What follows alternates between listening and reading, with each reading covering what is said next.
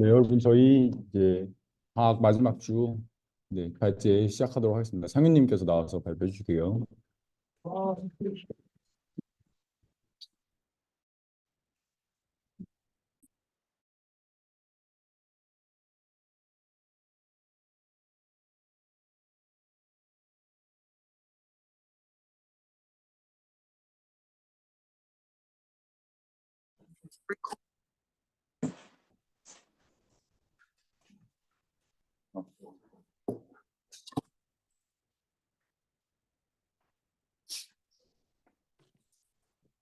안녕하세요.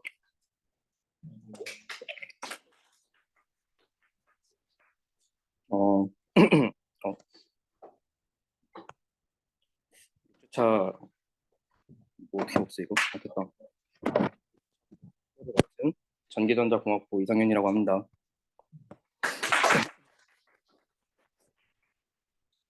이제 오늘은 딥러닝에 어떻게 확률 모형을 적용할 수 있을 것인가를 좀 배워볼게요. 저희 이번 방학 세션의 주제가 딥러닝의 통계적 해석이잖아요. 그래서 이제 딥러닝 신경망에 어떻게 좀 확률이랑 통계 모형을 적용할 수 있는지 그런 거를 좀 배워보는 주라고 보시면 되겠습니다. 그래서 이제 처음에는 저희가 이제 국밥 같은 이제 가우시안을 좀 적용을 할 거고 이제 그두 번째는 가우시안만 썼을 때 안 좋은 경우도 있더라. 그 포화송 분포를 적용하는 프로볼틱 기회를 살펴볼 거고 이제 세 번째부터는 이제 채원님이 발표를 대신하실 겁니다. 네, 보시면 모티베이션을 먼저 좀 설명을 할게요. 저희가 앞에서 이 에러라고 부르는 거, 이제 오차라고 불리는 거에는 세 가지의 요소가 있음을 앞에서 살펴봤습니다.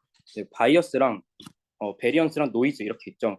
바이어스는 나의 이 모델과 그리고 이 데이터 사이의 차이를 바이어스라고 하고 또 이 내 모델이 얼마만큼 변동이 큰지 이런 거를 베리언스라고 했는데요. 어, 이 아래에 있는 이 노이즈 같은 경우에는 데이터에 내재된 오차라고 해서 저희가 사실 신경을 많이 안 썼던 것이 사실입니다. 그래서 좀 데이터 사이언티스트의 영역이 아니라 데이터 엔지니어들이 이 노이즈를 어떻게 줄일 것인가 거기에 좀 초점을 맞췄었죠. 뭐 데이터 엔지니어라고 하면은 뭐 데이터를 가공하고 수집하고 뭐 파이프라인을 만들고 분산 처리를 하고 이런 데이터 엔지니어들이 데이터를 좀 잘 만들어줘야 사이언티스트들이 이제 좀 신경망을 어떻게 좀 잘 만들어서 성능을 좀 좋게 만들 수 있지 않을까 하면서 이 노이즈라는 녀석에는 저희가 좀 등한시했던 것이 사실입니다. 그래서 이제 제일 중요하게 다뤘던 것이 이 바이언스랑 베리언스는 트레이드 오프 관계에 있어서 이걸 어떻게 두 개를 같이 잘 줄여나갈 것인가에 대해서 좀 초점 맞추게 되었고 자꾸 나오네요. 근데 이 노이즈라는 거는 사실 되게 중요합니다. 이 예시를 보면 이게 책에 있는 예시인데 이게 나이에 따른 혈압 그래프예요. 나이에 따라서 여성이 어떤 혈압을 가지고 있는가에 대해서 나타낸 그래프인데 이 그래프를 보면은 나이가 똑같아요. 나이가 똑같은데 혈압은 다를 수가 있죠, 서로. 그리고 심지어 똑같은 사람이라고 해도 이게 월요일에 잰 혈압과 금요일에 잰 혈압이 다릅니다. 그리고 또 같은 월요일이라고 해도 아침에 잰 혈압과 저녁에 잰 혈압이 다르단 말이죠. 이처럼 어, 저희가 이 나이라는 변수로 이 혈압을 설명을 하려고 했는데 사실 이게 세상이 그렇게 녹록하지만은 않은 게 이 변수 하나로 저희 이 데이터를 정확하게 설명하는 것은 거의 불가능하다고 생각할 수 있습니다. 그래서 그 노이즈라는 것을 어떻게 좀 잘 처리를 할 수 있을 것인가 이런 게 굉장히 큰 의미를 갖습니다. 저희가 이제 전통적으로 사용을 했던 방법은 이 데이터에 CPD라는 것을 저희가 이제 적용을 할 건데요. CPD라는 거는 Conditional Probability Distribution의 약자라고 보시면 되겠습니다. 그래서 왜 컨디셔널이냐? 그래서 이게 이제 PY 기분 X 이렇게 쓰는데요. X가 저희 데이터고 Y가 저희의 그 타겟 데이터라고 보시면 돼요. 저희 그 X로 이 Y를 설명할 수 있는 그런 분포이기 때문에 컨디셔널 프로버빌리티라고 부릅니다. 그래서 여기 지금 보시면 이렇게 음영 처리가 된 걸 볼 수가 있는데요. 이 음영 처리가 된 부분이 이 각각의 데이터를 설명할 수 있는 통계 분포라고 보시면 돼요. 그래서 이게 단순히 어떤 그냥 내가 응통이니까 해야지가 아니라 아니면 뭐 그냥 지적 유희를 위해서 하는 게 아니라 어떤 실제적인 중요성을 갖는다는 거예요. 특히 어떤 분야에 좀 중요성을 가지냐면 한 번 판단을 내리는 게 되게 치명적이고 비싼 비용을 가져올 수 있는 분야. 예를 들면 뭐 의료 분야가 있겠죠.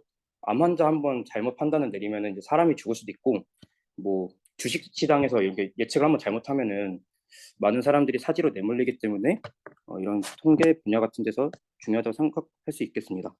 그래서 어, 저희가 제일 많이 사용을 하는 게 일단 가우시안이죠. 앞에서도 살펴봤지만 이 가우시안 같은 경우에는 표본이 크기가 충분히 크면 대부분의 경우에는 다 가우시안을 적용을 할 수가 있어요.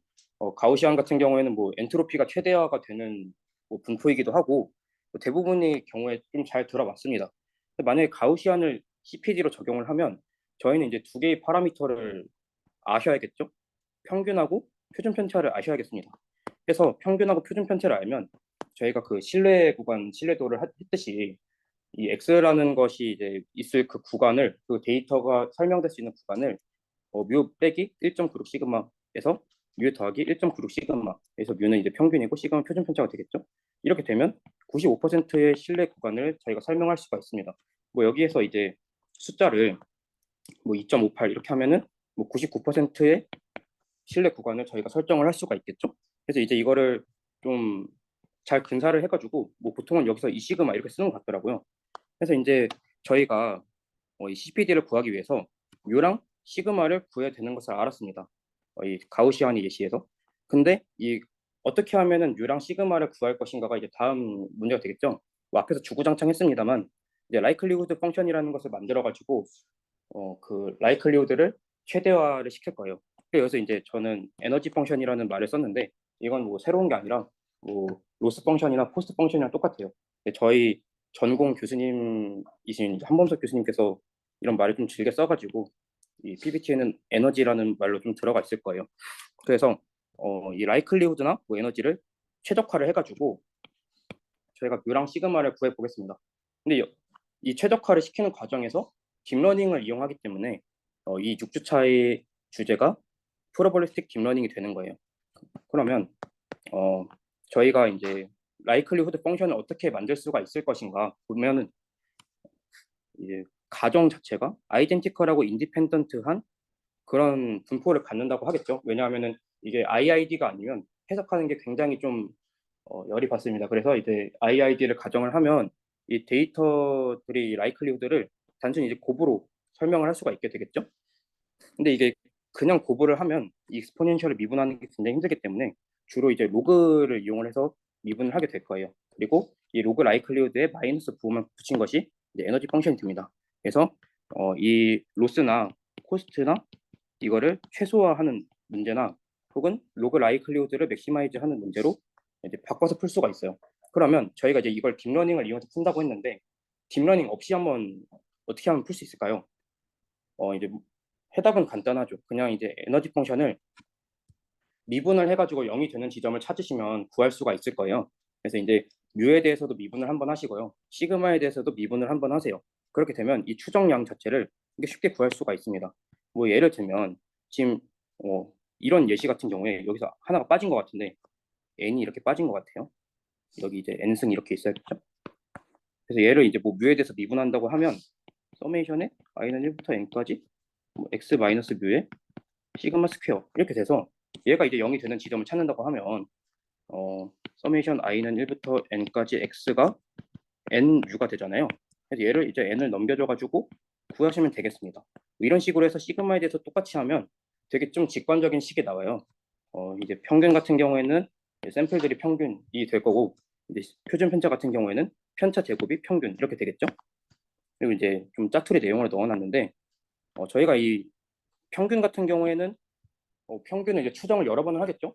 뭐 한 번, 두 번 해서 n번 이렇게 가서 얘네들을 이제 평균을 냈을 때 그 평균이 실제 CPD에 있는 뮤랑 시그마라고 가정을 했을 때 이게 어떤 앙상블을 이용을 한 거라고 보시면 되겠죠. 이걸 직접 해보시면 제가 이거 좀 자세한 수식 유도를 준비를 했었는데 발표 내용과 좀 거리가 있는 것 같아서 생략을 했습니다. 그랬을 때 이제 이 평균 같은 경우에는 불편 추정량이 나오고요. 이제 시그마 같은 경우에는 이게 편향이 좀 되어 있습니다. 언더바이어스가 되어 있어가지고 여기다 이제 n-1로 자유도가 n-1이 되는 게 원래 이 시그마라고 보시면 되겠습니다. 그럼 이제 본격적으로 딥러닝을 이용해서 어떻게 구할 것인가를 좀 알아보겠습니다. 물론 이제 앞에서 이게 편향이 되어 있다고 해서 이게 뭐 머신러닝이나 이런 데서 문제가 될 수도 있는데 딥러닝 같은 경우에는 이제 n이 크기가 충분히 크죠. 그래가지고 편향이 되어 있든 말든 뭐 신경 안 쓰셔도 되겠습니다. 그래서 이제 딥러닝 모델이고요. 저희는 이제 이 뮤랑 시그마에 관심이 있습니다. 이 뮤랑 시그마에 관심이 있고 앞에 이 뮤랑 시그마를 얻기 위해서 요 이제 인풋 데이터가 들어갈 거예요. 그리고 이 히든 레이어가 중간에 들어갈 거예요. 뭐 유니버셜 어프록시메이션 띠오렘 같이 이 히든 레이어가 여기다가 이제 논 리니어리티를 도입을 해가지고 저희가 원하는 이 결과인 뮤 햇과 시그마 햇을 얻어낼 수가 있겠죠. 그럼 이제 결과도 여기서 이제 뮤에서 시그마가 어느 정도 떨어져 있는지를 알 수가 있는 그런 결과가 나올 거고요. 그래서 이제 보시면은 이제 저희가 이제 히든 레이어를 중간에 이렇게 도입을 할 거예요. 히든 레이어를 도입을 하지 않으면 이 표준 편차 분포가 이런 식으로 이제 선형적으로 나옵니다. 근데 저희가 이제 원하는 분포는 이 물고기 모양을 좀 주목을 해주세요. 이 물고기 모양 보면은 이게 이제 그 시그마의 분포인데요. 보시면은 이 물고기 이 허리 부분은 되게 분산이 적은 것을 알 수가 있습니다. 근데 이 물고기 대가리 부분은 굉장히 분산이 큰 거를 알 수가 있어요. 그래서 여기는 이제 분산이 적게, 그리고 여기는 분산이 크게 설계를 해야 되기 때문에 이 시그마의 분포 자체가 굉장히 플렉서블해야 합니다. 이런 식으로. 근데 이런 플렉서블한 분포를 만들기 위해서는 저희가 단순히 이 인풋 레이어와 아웃풋 레이어를 1대1로 연결해서는 얻을 수가 없고 중간에 이 히든 레이어라는 녀석을 도입을 해가지고 여기서 액티베이션 펑션이라고 불리는 논 리니어리티를 만들어낼 수 있는 레이어를 도입을 해야지만 이런 물고기 모양이 시그마의 분포를 얻어낼 수가 있겠습니다. 그래서 어떻게 구현할 수 있을 것인가? 구현하는 거 굉장히 어려워요. 어려운데 쉽게 도와주는 라이브러리들이 있어요. 예를 들면 이제 텐서플로우 라이브러리가 있을 텐데 텐서플로우가 이제 케라스라는 라이브러리를 먹었죠. 구글에서 만든 게 텐서플로우고 케라스는 앞에서 말한 이 인풋이랑 이 아웃풋이랑 이 히든 레이어를 쉽게 구축할 수 있게 만들어주는 신경망 라이브러리가 되겠습니다. 이제 주요 라이브러리를 제가 이렇게 5개를 써놨고요. 이 인풋 같은 경우에는 인풋 레이어를 만드는 데 쓸 것이고 그리고 이제 댄스 같은 경우에는 그 레이어들을 서로 연결하는 데 쓸 거예요. 그래서 히든 레이어들을 만들 때도 쓰고 아웃풋 레이어 같은 경우에도 그 이전 히든 레이어와 아웃풋 레이어를 연결하면 되겠죠. 그래서 이 댄스 레이어는 그런 히든 레이어나 아웃풋 레이어를 만들 때 쓸 겁니다. 그리고 이 컨케이트 네이트 함수는 저희가 차원을 맞춰줄 때 그 뮤랑 시그마를 하나로 합쳐가지고 파라미터라는 어떤 행렬로 만들 때 쓸 거고 이 모델은 그 인풋하고 아웃풋을 연결을 해주는 역할을 해요. 저희 모델에서 인풋은 뭐고 아웃풋은 뭐냐. 이 댄스 같은 경우에는 그 이전 인풋과 그 다음 레이어를 연결해줬다면 이 모델 같은 경우에는 그래서 진짜 인풋은 뭐고 진짜 아웃풋은 뭐냐 이런 걸 좀 연결을 해준다고 보시면 돼요. 이 옵티마이저 같은 경우에는 그 아까 로그 라이클리후드를 최적화를 할 때 옵티마이저를 사용을 할 텐데 잘 모르시면 아담 쓰시면 됩니다. 이제 경사하강법을 주로 쓰시겠죠. 근데 경사하강법을 쓰면은 그 잘 내려가는 방향이 있고 잘 안 내려가는 방향이 있어요. 그런 것들을 좀 정교화를 해준 게 아담이라고 생각하시면 돼요. 그래서 다 잘 내려갑니다. 그래서 보시면 옆에 있는 게 이제 신경망이고 제가 사용하는 라이브러리에 따라서 이제 좀 빨간색으로 마킹을 해놨어요. 보시면 이제 인풋은 인풋 레이어를 만들 때 쓴다고 했죠. 그래서 앞에 보시면 근데 바이어스는 이 라이브러리에서 자동으로 생성을 해주는 것 같아요. 저희가 바이어스에 대해서 따로 지정을 해주는 파트는 없습니다. 그래서 이제 인풋하고 이 인풋의 차원을 넣어주시면 됩니다. 지금 이 예제에서는 저희가 아까 이 물고기 데이터가 그냥 숫자 데이터예요. 숫자 데이터이기 때문에 그냥 인풋의 차원이 1이기 때문에 1이라고 했습니다. 그래서 인풋을 이렇게 만들어 주시고요. 이제 두 번째로는 댄스를 이용해서 히든 레이어랑 이 인풋 레이어를 서로 섞어줄 거예요. 이렇게 연결을 해줄 거예요. 그래서 처음에 인풋 레이어랑 히든 1 레이어랑 이제 연결을 해주고요. 그 히든 1 레이어를 다시 받아가지고 히든 1 레이어를 해줬습니다. 왜 이렇게 했는지 모르겠는데, 그러니까 이게 히든 2가 되고 이게 3이 돼서 이게 2가 돼도 상관은 없거든요. 근데 이게 이제 교과서의 예제 코드에 그냥 다시 1로 해가지고 그대로 따왔기 때문에 1로 돼 있습니다. 그래서 이제 히든 1이랑 히든 1, 히든 1이랑 히든 2 이렇게 해서 연결해 주신다고 보면 되겠고 파라미터를 보면 처음에 이제 숫자는 이 동그라미 개수입니다. 이 동그라미 하나하나가 뉴런 혹은 노드라고 불리는 건데 이 뉴런의 개수를 저희가 이제 숫자로 지정을 해주시면 되겠고 저희가 아까 그 시그마의 분포를 플렉서블하게 만들기 위해서 논 리니어리티가 필요하다고 했잖아요.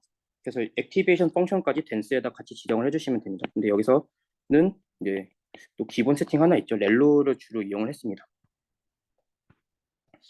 이렇게 해서 아웃풋을 만들 때도 그 히든을 만들었던 거랑 똑같이 만들어 주시면 돼요. 그래서 댄스를 이용해 가지고 아웃풋을 정의를 해주시면 되고 여기는 이제 그 이전에 인풋이 되고 여기 첫 번째 숫자는 아웃풋 뉴런이 개수가 됩니다. 근데 보시면 이제 이 아웃 1 같은 경우에는 인풋 레이어에서 바로 산출이 되는 결과였어요. 이 두 번째는 히든 2 레이어에서 산출이 되는 결과죠. 보시면 이 시그마 같은 경우에는 그 좀 논 리니어리티가 필요했죠. 근데 그 앞에 그래프를 보시면 이 평균이 되는 게 이 검은 색깔 직선이 됩니다. 이 회귀 곡선이 되는데 이 회귀 곡선 같은 경우에는 논리니어리티가 딱히 필요가 없습니다. 그냥 그 직선이기 때문에 그래서 바로 이제 인풋에서 얻어내기 위해서 이렇게 도입을 했다고 보시면 될 것 같아요. 사실은 이 U도 플렉서블하게 만들고 싶으면 여기다가 이제 주는 게 아니라 여기서 시그마랑 U를 같이 계산하도록 하시면 됩니다. 그래서 이제 저희가 하고 싶은 게 그냥 이 뮤랑 시그마를 단순히 구하는 게 아니라 이 뮤랑 시그마에 어떤 확률 분포 하나를 입힐 거예요. 그렇게 입혀야 이 뮤랑 시그마가 변할 거 아니겠습니까? 변하게 하기 위해서 저희가 이제 함수를 하나를 정의를 해줍니다. 보시면 이제 파람이라는 이제 파라미터를 담을 수 있는 행렬을 준비를 해가지고요. 여기 아래 보시면은 행렬 하나가 있죠. 행렬 하나를 담으셔가지고 첫 번째 있는 행렬은 그 평균을 이용을 하고요. 이제 두 번째 위치에 있는 파라미터는 저희가 이제 스케일이 표준 편차를 나타내는 파라미터거든요. 그래서 이제 어떤 정규 분포를 이용을 했다고 보시면 됩니다. 여기 보시면 tfd.normal이라고 돼 있죠. 그래서 보면은 tfd는 텐서플로우 디스트리뷰션이라는 라이브러리가 또 있어요. 그래서 이 디스트리뷰션 내에 이 노멀이라는 정규 분포를 쉽게 가져올 수 있는 녀석이 있는데 거기 안에 파라미터로 당연히 평균이랑 표준 편차를 집어 넣으셔야겠죠. 그렇게 해서 이제 이걸 파라미터로 정한 이유는 저희가 이 딥러닝을 통해서 이 구한 파라미터 이 두 가지를 파람이라는 그 행렬에다가 집어넣고 그거를 저희 그 정규 분포로 매칭을 시킨다고 보시면 되겠습니다. 네. 그래서 그 분포를 하나를 정의를 하고요. 이 디스트리뷰션 람다라는 이 함수를 이용을 하면 이 메소드를 이용을 하면 저희가 말했던 그 my distribution이라는 사용자 정의 그 분포를 그 파라미터에다가 입힐 수가 있습니다. 그래서 이 분포까지 학습을 하는 게 이제 저희 그 목표가 되겠죠. 그거를 이제 신경망이 알아서 해줄 겁니다. 그래서 저희가 이제 지금까지 한 거는 인풋 레이어랑 히든 레이어랑 아웃풋 레이어를 다 정의를 했고 그리고 그 파라미터들 그 아웃풋 파라미터의 그 확률 분포를 이렇게 입힌 거예요. 그래서 이제 마지막으로는 이 진짜 인풋하고 아웃풋을 연결을 해주는 작업이 필요할 겁니다. 그렇게 해서 이 인풋에다가 인풋 레이어, 아웃풋에다가 그 저희가 원하는 그 디스트리뷰션을 이렇게 정의를 해주고 걔네를 이제 최적화를 해가지고 구하기 때문에 그 메소드는 이제 컴파일이라는 데 들어있죠. 그래서 여기서 이제 옵티마이저를 정의를 해주시고 여기서 이제 러닝 레이트 그리고 여기서는 이제 로스 펑션으로는 여기서는 이제 네거티브 로그 라이클리후드를 이용을 했어요. 좀 많이 사용되는 세팅이죠. 사람들이 되게 오해하시는 게 지금까지는 케라스를 이용해서 이제 했을 때 여기서 벌써 학습이 완료돼서 뮤랑 시그마가 구해지는 거 아니냐라고 하시는데 이제 지금까지는 케라스를 이용해 가지고 이 신경망 아키텍처를 하나를 만든 거예요. 그래서 그냥 그림을 그렸다고 보시면 되거든요. 실제 학습이 이루어지는 부분은 이거를 한번 이 fit이라는 메소드를 이용해 가지고 fit을 해주셔야 됩니다. 여기 들어가는 게 이제 저희가 이제 이 아키텍처를 만들어 놨으면 이 아키텍처에 어떤 거를 통과시킬지를 알아야 되잖아요. 그래서 거기에 이제 X 트레인, Y 트레인 그리고 이 훈련 반복은 몇 번을 할지 이런 것까지 다 정해 주신다고 보시면 되겠습니다. 이게 해가지고 이 결과를 살펴보면 이거는 지금 그 앞에 있는 걸 따와가지고 이 정확한 그림은 아닌데 이거는 이제 시그마가 일정할 때 그림이거든요. 보시면은 좀 되게 꾸불꾸불한 걸 알 수가 있죠. 이게 가운데에 있는 게 저희가 이제 구한 그 회귀 곡선이 되고요. 이 위에 있는 게 거기다가 표준 편차를 얼만큼 더한 건지. 여기서는 지금 시그마가 고정을 한 예제가 있어가지고 시그마가 1일 때로 이제 가져왔습니다. 그래서 이 빨간색이 표준 편차, 검은색이 그 평균이라고 보시면 되겠고, 얘를 이제 좀 직선으로 만들어 주기 위해서 이 람다라는 걸 이용할 거예요.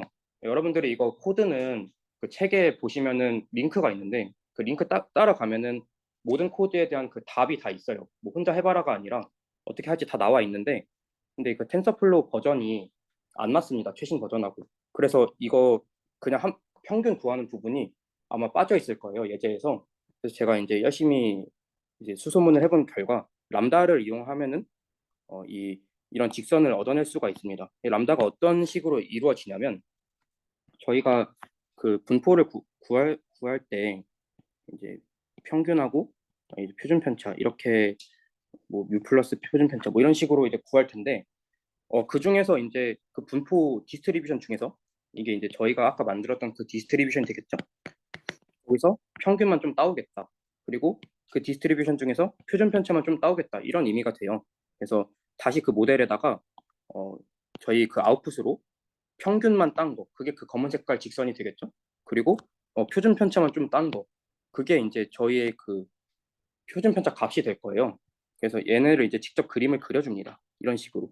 이게 되게 코드가 복잡해 보이지만 매트플롯리브 라이브러리에서 여기 이제 이 부분이 진짜 그림이 되는데요. plt 플러스를 이용을 하시면 여기 이제 x predicts 여기가 이제 그 뮤가 되고 거기다가 2배 해가지고 더한 거 이게 이제 표준 편차가 돼요. 저희가 아까 맨 처음 봤을 때 이 x라는 녀석을 뮤 더하기 1.96의 시그마 여기서 이제 추정량이니까 햇이 될 거고 그리고 이제 뮤 햇 마이너스 1.96의 시그마 햇 이렇게 될 건데 여기서 이제 1.96을 2로 이제 근사했다고 보시면 되겠습니다.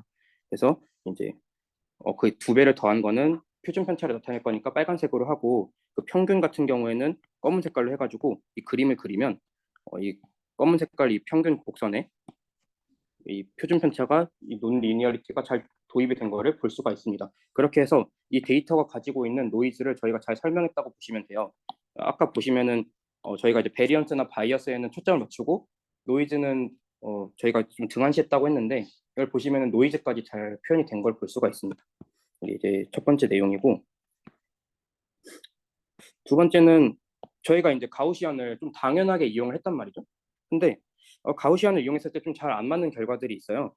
보면은 예를 들면 이제 책에 나와 있는 예시가 좀 디스크리트한 이산적인 카운트 데이터는 숫자를 세는 거예요. 그런 데이터를 셀 때는 이 가우시안이 항상 좋은 어프로치가 아님을 알 수가 있습니다. 아래를 보시면 저희가 이제 물고기를 몇 마리를 잡았는지를 좀 알고 싶어요. 그래서 그걸 설명하는 변수는 뭐 사람이 수랑 아이의 수랑 그리고 이제 캠핑카가 몇 대나 있는지 뭐 캠핑카가 조금 많을수록 낚시를 좀 잘하겠죠? 뭐 그런 예시인 것 같고 그래서 이렇게 봤을 때 그거를 그냥 정규 분포를 이용해서 피팅을 하면 문제점들이 크게 두 가지가 생깁니다. 첫 번째는 이 네거티브 넘버, 음수도 높은 라이클리후드를 가질 수가 있다는 거예요. 저희가 물고기를 잡을 때 한 마리, 두 마리를 잡지 마이너스 1마리를 잡진 않잖아요. 그래서 그게 이제 문제가 되고 또 이제 저희가 이제 구할 수 있는 아웃컴 자체가 이 결과가 연속적인 분포가 나옵니다. 저희가 물고기를 1.5마리를 잡진 않잖아요. 그래서 이제 그거를 한 마리 잡았는지 두 마리 잡았는지를 정확히 밝혀주고 또 앞에 있는 이 분포 결과 자체를 양수로 좀 이용을 하자라는 게 저희의 그 생각이 됩니다. 그래서 가우시안을 이 두 가지 솔루션을 만족시킬 수 있는 걸로 바꿔줄 거예요.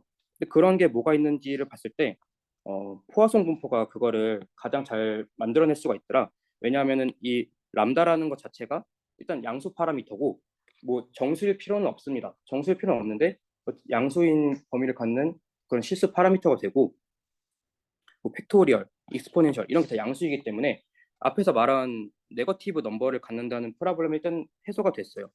해소가 되고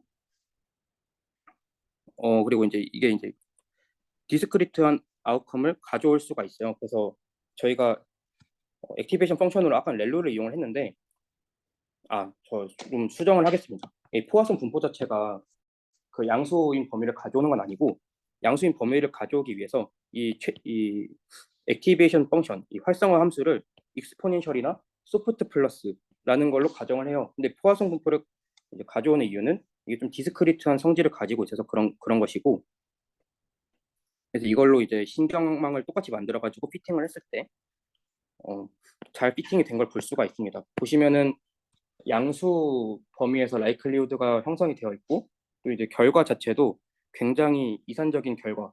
여기 보시면 이런 선이 아니라 이렇게 쭉쭉 이어진 막대 그래프 같은 형태를 볼 수가 있겠죠. 근데 포화송 디스트리뷰션 이용했을 때 결과를 좀 잘 얻어냈습니다. 잘 얻어냈는데 이것도 조금 미심쩍은 점이 좀 있다는 거예요. 그게 뭔지를 봤을 때 물고기를 잡는 거는 좀 어렵습니다. 어려워가지고 물고기를 한 마리도 못 잡은 사람 근처에 있는 게 굉장히 많은 거예요. 이 25마리 잡은 사람은 굉장히 고인물이 되겠죠. 그래서 굉장히 많은 분포가 이렇게 0에 쏠려 있다. 물고기를 잡은 사람을 분포로 나타냈더니 대부분은 다 0마리를 잡고 아웃라이어들만 이제 한 10마리를 잡던가 5마리를 잡더라. 이런 좀 스큐드된 분포를 잘 설명할 수 있는 그런 분포를 새로 만들어줄 필요가 있겠다 해가지고 책에서 나와 있는 게 제로 인플레이티드 포화송 디스트리뷰션이라는 게 나와 있습니다. 이게 뭐냐면 포화송이긴 해요. 포화송이긴 한데 그 포화송을 조금 틀어준 거예요. 그래서 이제 0이 많이 나오니까 저희가 이 확률이 0이 나올 때를 메인으로 두고 그 0이 아닐 때를 좀 서브로 이렇게 가져갑니다. 그래서 람다가 0일 때는 저희가 학습할 파라미터가 포화송이니까 람다인데요. 그 람다가 0에 가까워지면은 이제 오른쪽 때 1 마이너스 파이가 되기 때문에 파이 플러스 1 마이너스 파이가 돼가지고 확률이 1이 돼요. 그리고 이 람다가 무한대가 되면 이 람다는 0부터 무한대의 범위를 갖는데 무한대가 됐을 때 이 오른쪽이 0이 되기 때문에 파이가 돼요. 그래서 그 0이 나올 확률 자체를 파이부터 1까지로 압축시켜주는 역할을 한다고 보시면 돼요.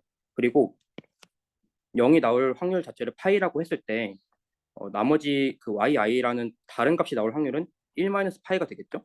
그거는 그냥 포화송이 형태를 따릅니다. 그래서 그냥 포화송이랑 똑같은데 이 0일 때를 조금 더 집중을 하신 분포라고 보시면 돼요. 그래서 이제 학습할 파라미터가 파이랑 람다 두 개가 된 거예요. 원래는 람다 하나였는데 이 제로 인플레이티드 포화송에서는 이 파이라는 값이 0하고 yi를 구별지어주는 파라미터이기 때문에 파이까지 학습을 시키셔야 됩니다. 근데 저희 그 텐서플로우 라이브러리에는 이 GIP라는 건 없어요. 없어가지고 이 책에서 어떻게 GIP를 구성할 수 있을 것인가를 이제 살펴본 게 되고, 보시면 이제 이 레이트라는 게 그 람다 파라미터가 되고요. 이 S라는 게 파이 파라미터가 돼요. 이 파이 같은 경우에는 확률이기 때문에 0과 1 사이에 존재를 해야겠죠. 그래서 텐서플로우 매스점 이 시그모이드를 통과를 시켜가지고 0하고 1 사이의 범위로 압축을 시켜줍니다.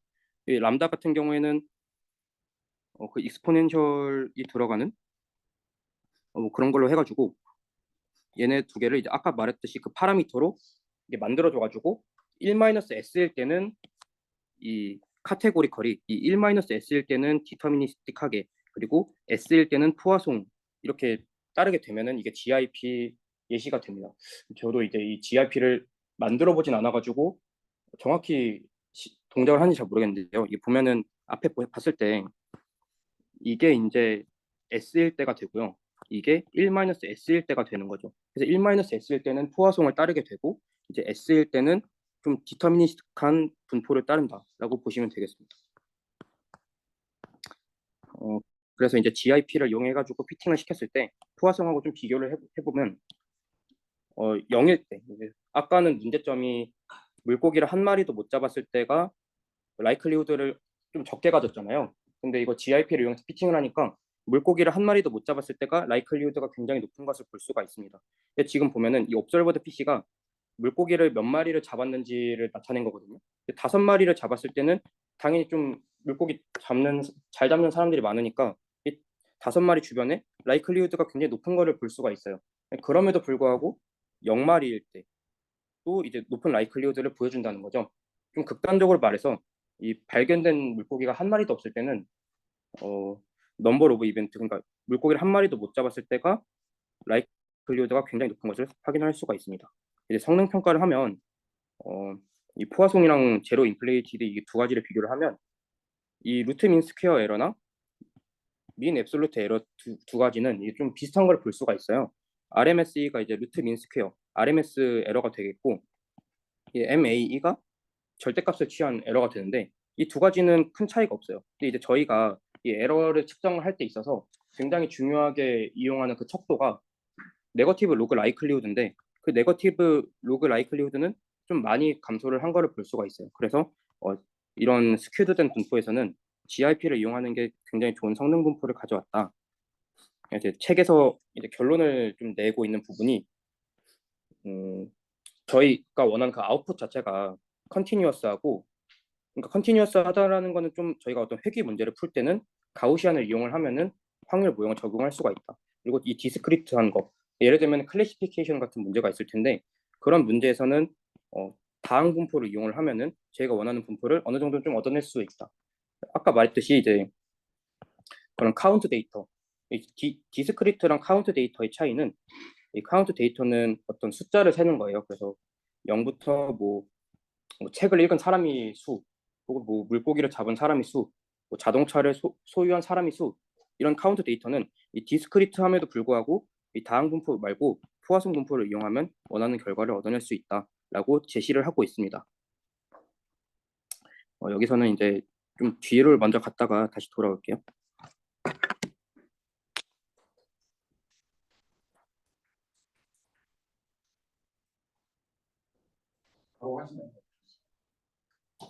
혹시 시간 어느 정도 예상하나요? 사람들을 어떻게 할지 모르겠다. 알겠습니다. 잠시만요. 저희 쉬었다가 45분에 다시 재개하겠습니다.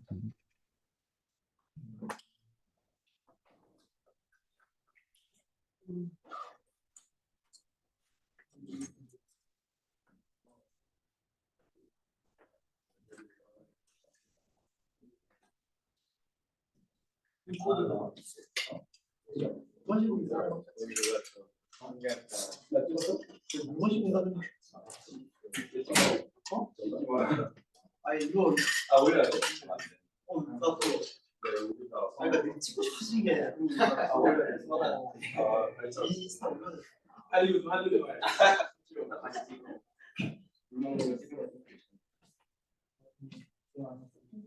아니 근데 거시하지 않아. 진짜 잘 되는 지금 잘하는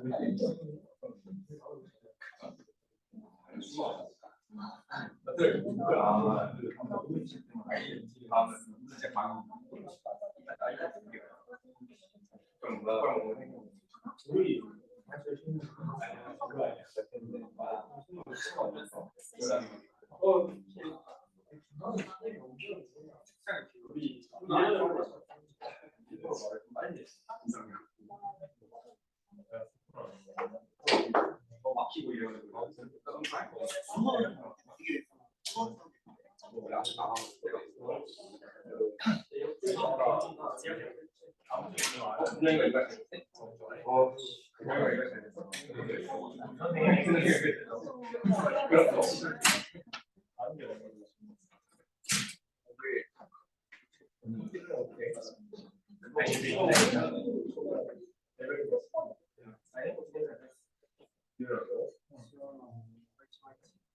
다시 돌아오고 다시 돌아오고 왜? 직원들 많지 왜?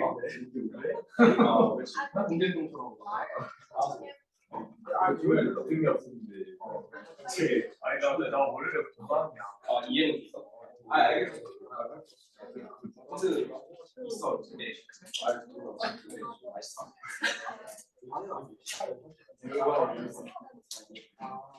이해 다 봤어. 이해 다 봤어. 약간 안에 내가 기억 너무 많아 보니까 아니 이게 내거 아니 물론 내가 그 저기 써면 사실 가만히 나와.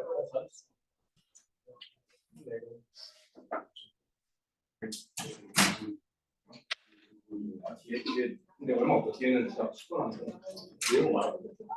내용 많아 보이는데 일부러 뺐어. 10분 정도 그냥 책이 있는 게 너무 책이 있는 게 딜레마 그거는 사실 책에 있는 내용은 아니고 이제 우리 전공에서 된 내용이 뺐다.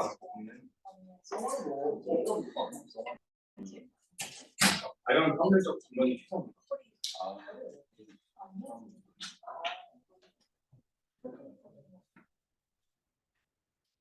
처음에는 PPT 양이 없어가지고 어떻게든 늘려야 되라는 생각이 넣은 건데 말하지 바로 배우죠. 바로 소스들 바로 배우니까 원래는 진짜 할 게 없어서 10분이면 2분이 끝날 것 같아요. 10분 하고 코드를 같이 해보려고 했는데 여러 가지를 넣으니까 시간이 너무 많이 들어요.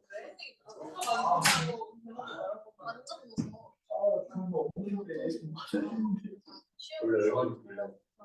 확실히 생각대로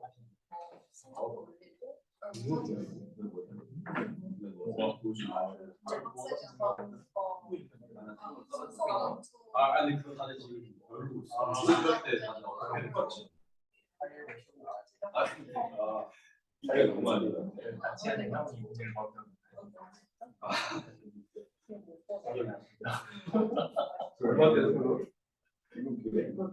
얼마 됐어? 이거 대학 4억 5천? 원이 됐어. 원래는 50만 어차피 그냥 다시 나오고 사실 안 들어도 안 들릴 신고를 해서 매년 5월에 서울에서 신고하면 돼. 와 진짜? 1원.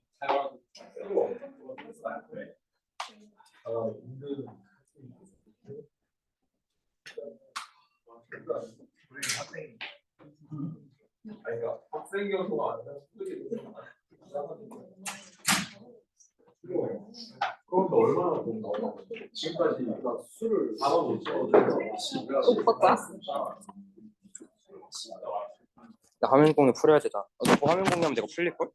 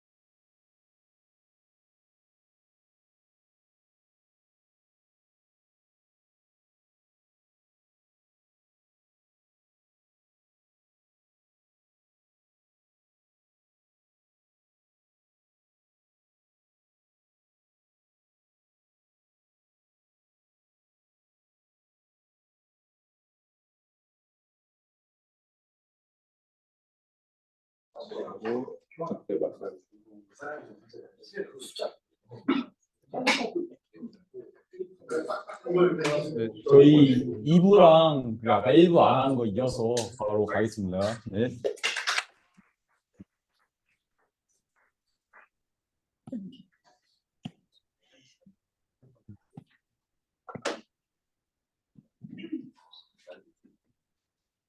안녕하세요. 2부 발표를 맡은 유채원이라고 합니다.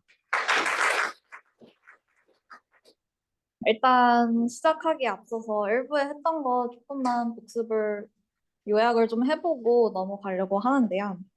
저희가 이제 probabilistic DL이라는 게 우리가 원래 알고 있는 그 뉴럴 네트워크 구조에다가 뭔가 데이터를 잘 설명할 수 있는 뭐 포화송, 뭐 가우시안, 뭐 아까 했던 제로 인플레이티드 포화송 이런 거를 붙여가지고 이렇게 인풋을 딱 넣었을 때 만약에 포화송을 선택을 했다라고 하면 이 포화송의 파라미터인 람다를 이 뉴럴 네트워크가 잘 예측을 할 수 있게 학습을 하는 것이 이제 앞부분의 내용인데요.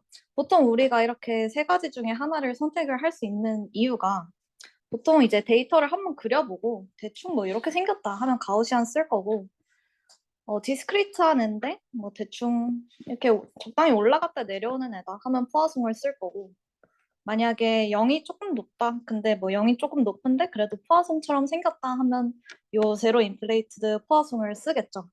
근데 실제 데이터는 이렇게 우리가 보고 바로 어떤 분포다라고 얘기를 할 수 없는 경우가 많잖아요. 그래서 오늘은 probabilistic DL 모델 in the wild, 야생의 이런 DL 모델들을 한번 알아보도록 하겠습니다.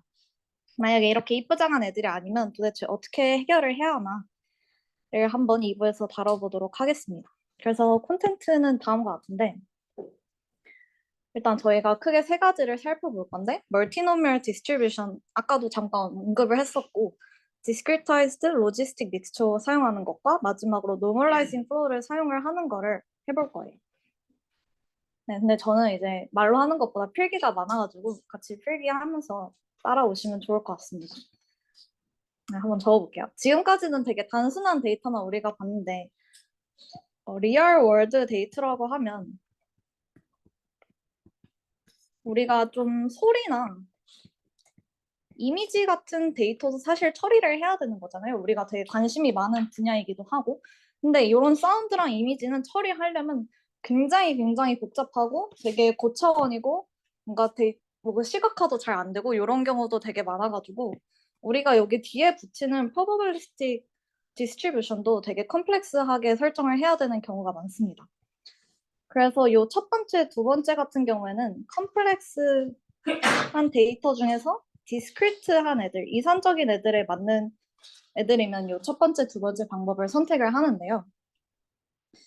일단 멀티노미얼 디스트리뷰션 같은 경우에는 그냥 우리가 만약에 얘를 이제 MNIST에서 사용을 하는데 MNIST는 이제 0부터 9까지 10개의 클래스를 이제 분류를 하는 거죠. 그럼 MNIST는 그 10개의 클래스에 맞는 파라미터들을 가지고 있을 거예요. 그러면 그 뉴럴 네트워크가 데이터를 보고 요 P0부터 P9를 잘 알아서 학습을 시켜주면 당연히 데이터가 많으면 적합한 애들을 찾아줄 수가 있겠죠. 그리고 막 10개의 클래스가 아니라 뭐 10,000개의 클래스라고 해도 뭐 10,000개의 파라미터를 사용을 하면 데이터가 충분히 많다면 잘 예측을 해줄 겁니다. 근데 이거는 파라미터를 일단 되게 많이 쓴다는 그런 단점이 있겠죠. 그래서 이용을 하는 게 이제 두 번째 discretized logistic mixture라고 하는데 얘는 좀 심플한 것들을 믹스한다라고 생각을 해주시면 돼요. 이거 뒤에서 할 건데 만약에 데이터가 되게 복잡하게 이런 식으로 있으면 얘는 뭐 적당한 두 개의 로지스틱 믹스처를 섞은 거다라고 이렇게 표현을 하는 거죠. 그래서 얘는 이제 첫 번째 방법보다 파라미터가 훨씬 적고 그리고 실제로 테스트를 해보면 로스도 되게 적게 나와서 이 방법으로 이제 발전을 했고 이건 이제 근데 1차원 데이터에서 주로 이용을 하는 거고 고차원 데이터에서는 요 1번, 2번을 잘 이용을 하기가 어렵습니다. 그래서 그때 이용을 하는 것이 마지막으로 요 normalizing flow인데 얘는 대충만 일단 한번 얘기를 해보자면 우리가 결국에 하고 싶은 거는 되게 복잡한 엑셀 데이터를 표현을 하는 거잖아요. 근데 그냥 우리가 제일 알기 쉬운 요 Z라는 0,1을 따르는 표준 정규 분포 확률 변수를 잡아가지고 어떻게 트랜스포메이션을 하면 요 우리가 찾고 싶은 PX가 될까? 그래서 요 트랜스포메이션을 찾는 과정이 되겠습니다. 네, 일단 뒤에 더 할 거니까 간략하게 소개를 하고 넘어가 보도록 하고 네, 그러면 첫 번째로 이제 멀티노미얼 디스트리뷰션을 할 건데 얘부터 시작하는 이유는 이제 어차피 최적의 파라미터는 뉴럴 네트워크가 찾아줄 거고 우리는 그냥 플렉시블한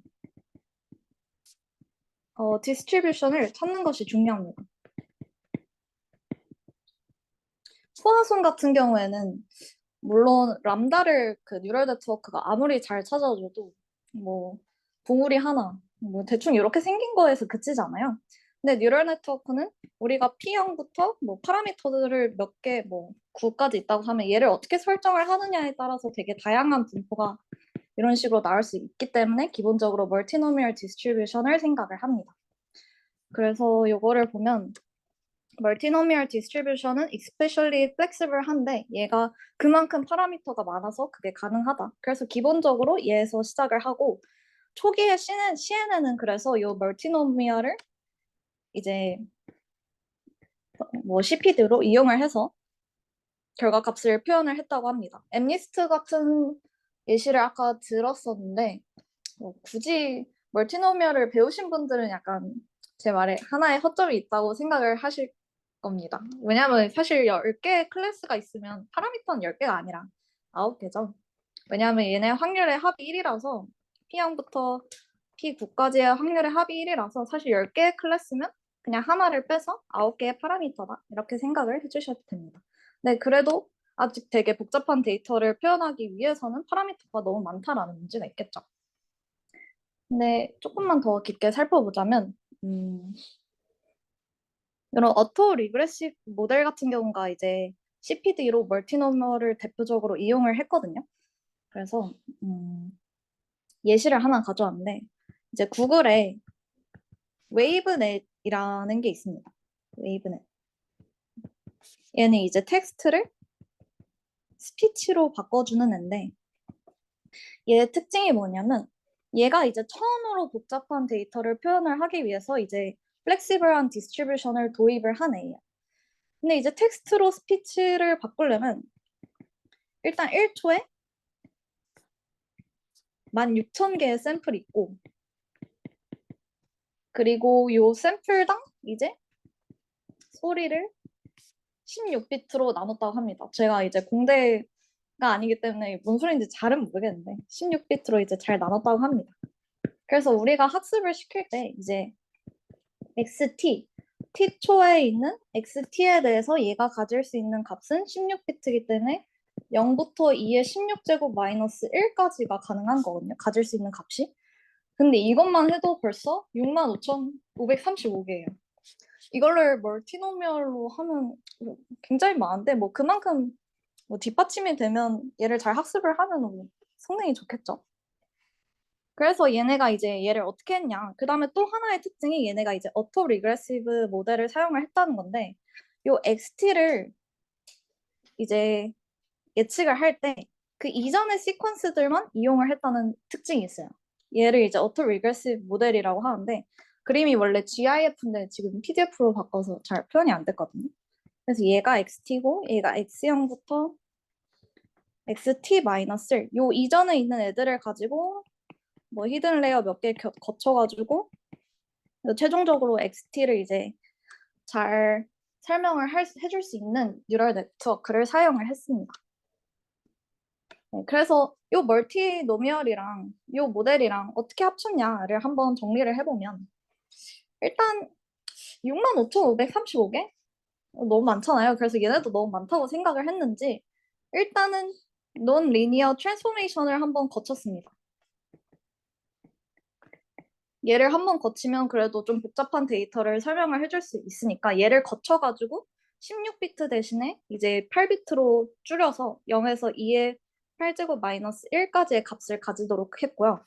얘를 이제 CPD로 멀티노미얼을 이용을 했는데 여기서 하나 알아야 될 게 멀티노미얼은 확률의 합이 1이어야 되잖아요.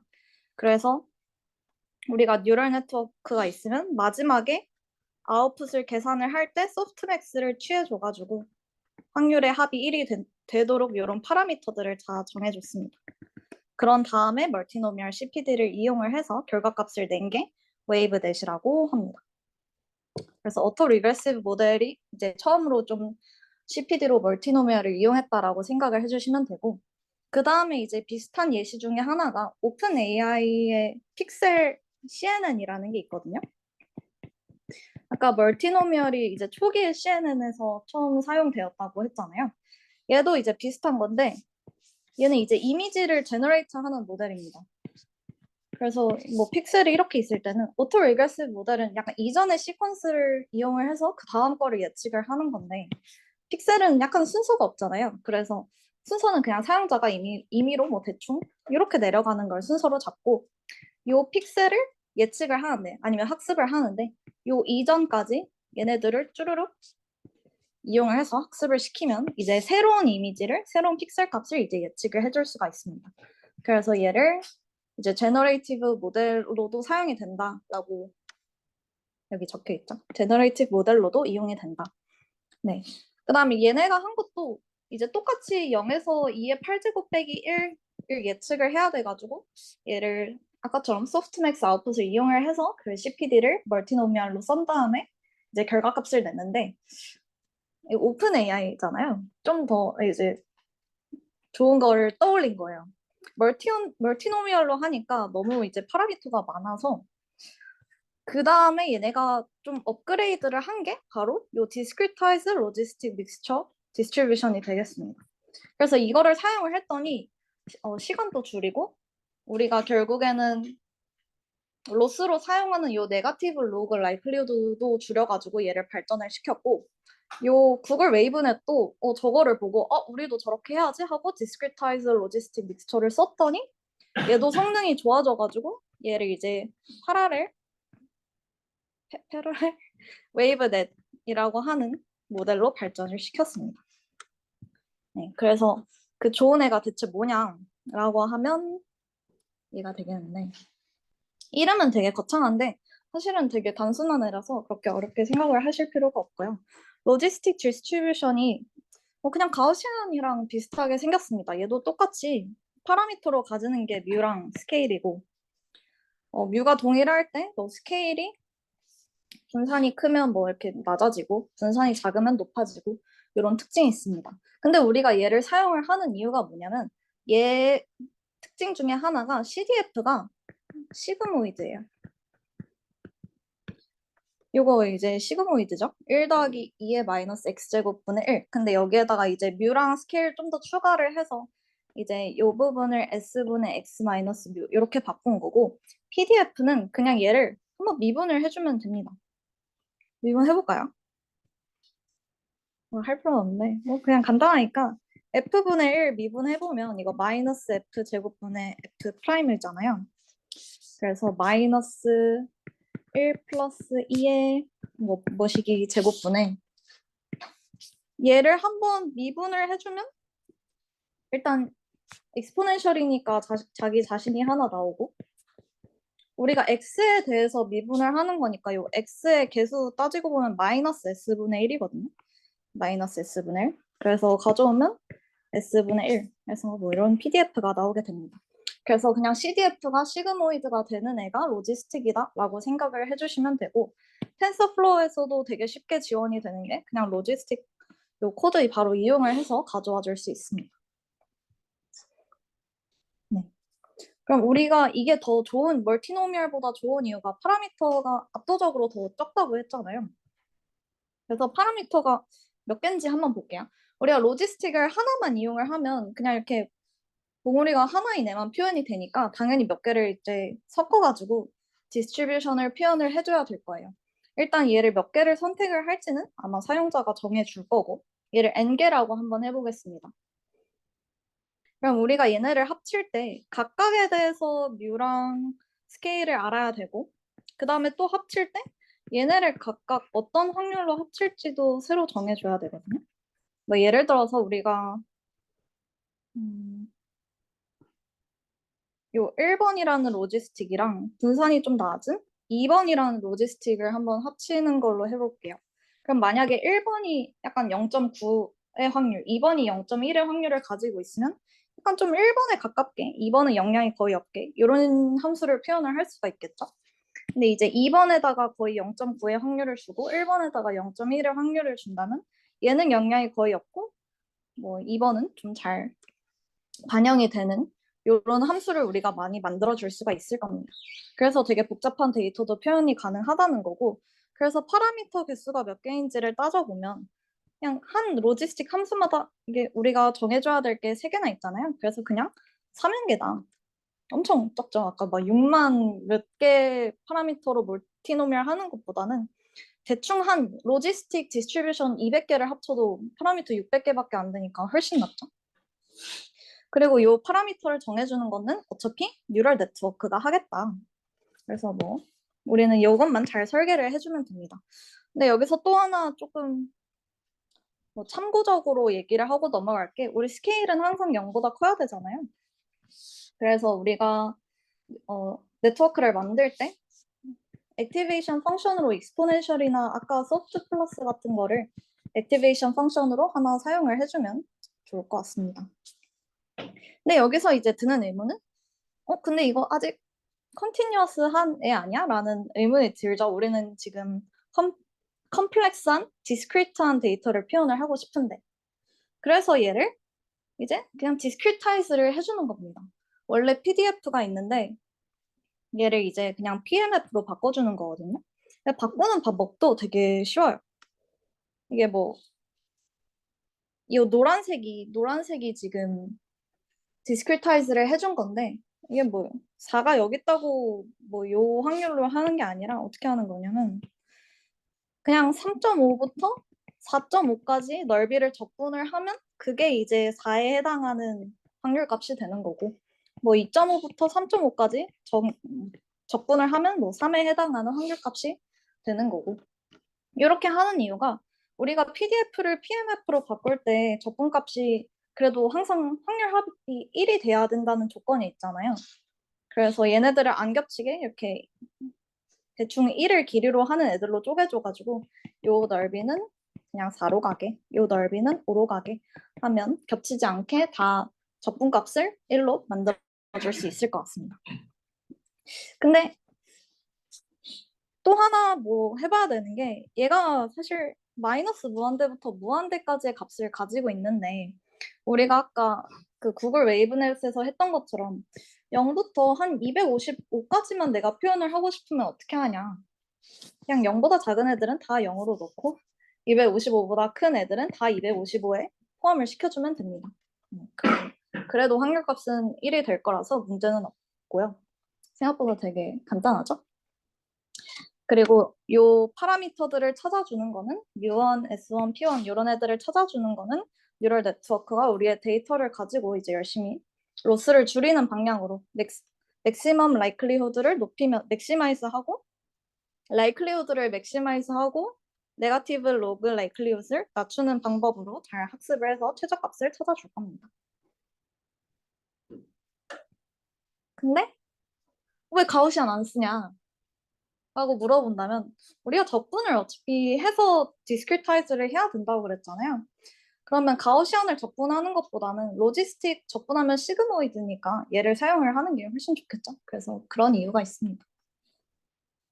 뭐 대충 뭐 3.5부터 4.5까지 해서 x가 4가 될 때 확률값을 구하고 싶으면 정확히 x는 아니었고 뭐 뮤랑 스케일을 고려를 해야 되긴 하지만 여기에다가 바로 그냥 3.5, 4.5 넣어서 둘이 빼주면 되겠죠. 그래서 연산이 되게 간단하다는 장점이 있습니다. 그 다음에 이제 노멀라이징 플로우에 대해서 할 건데요. 우리가 아까 지금 컴플렉스 디스크리트한 데이터를 살펴봤을 때 이용을 했던 게 그냥 파라미터 그냥 왕창 많이 해가지고 그냥 멀티노미얼에 때려 박는다. 이게 하나 있었고, 그다음에 파라미터 좀 적게 로지스틱 믹스처, 로지스틱 애들을 여러 개 섞어서 사용을 한다. 이런 게 있었죠. 근데 얘네는 이제 1차원에서만 좀 사용을 할 수 있다는 단점이 있어가지고 그래서 노멀라이징 플로우를 하는 겁니다. 근데 제가 이거 노멀라이징 플로우를 공부를 했을 때 되게 비슷한 개념을 좀 얼마 전에 배웠던 것 같은데 연사 특강에서 박재호 교수님이 얘기하신 거랑 뭔가 좀 비슷한 내용이 있는 거예요. 그래서 같은지는 모르겠지만 제가 일단 한번 가져와 봤습니다. 그 연사 특강 내용 한번 좀 복습을 해보면 사실 교수님이 강조하신 거는 한 세 가지가 있었던 것 같은데 결국에는 어려운 거 다 빼고 우리가 베이지안을 하는 거는 사실 포스테리어를 구하기 위함이고 근데 포스테리어를 구하기 위한 건데 약간 복잡한 그런 분포는 미분이 되게 어려운 경우가 많잖아요. 그래서 바로 구하기는 어렵고 얘를 대신해서 MCMC를 이용을 한다. 근데 MCMC는 또 좀 시간도 되게 오래 걸리고 되게 코스티하고 되게 연산도 되게 많고 이런 단점이 있었습니다. 그래서 이용을 하는 게 베리에이셔널 인프런스라는 게 있었거든요. 얘는 우리가 찾고 싶은 이제 P라는 그래프가 있으면 대충 비슷한 Q를 내가 하나 설정을 해서 얘네의 KR 다이버전스가 최대한 낮게 이제 Q를 찾는 거였는데 얘의 단점은 이제 Q를 노멀로 할 건지 어떠한 함수로 할 건지 그걸 또 사용자가 직접 설정을 해줬어야 했었어요. 그래서 얘로 여기서 더 발전을 한 게 이제 드랍아웃 기법이랑 이제 학습을 할 때 몇 개의 노드는 빼고 이제 학습을 하는 기법이랑 그리고 SVGD라고 있었는데 얘가 이제 스테인 베리에이셔널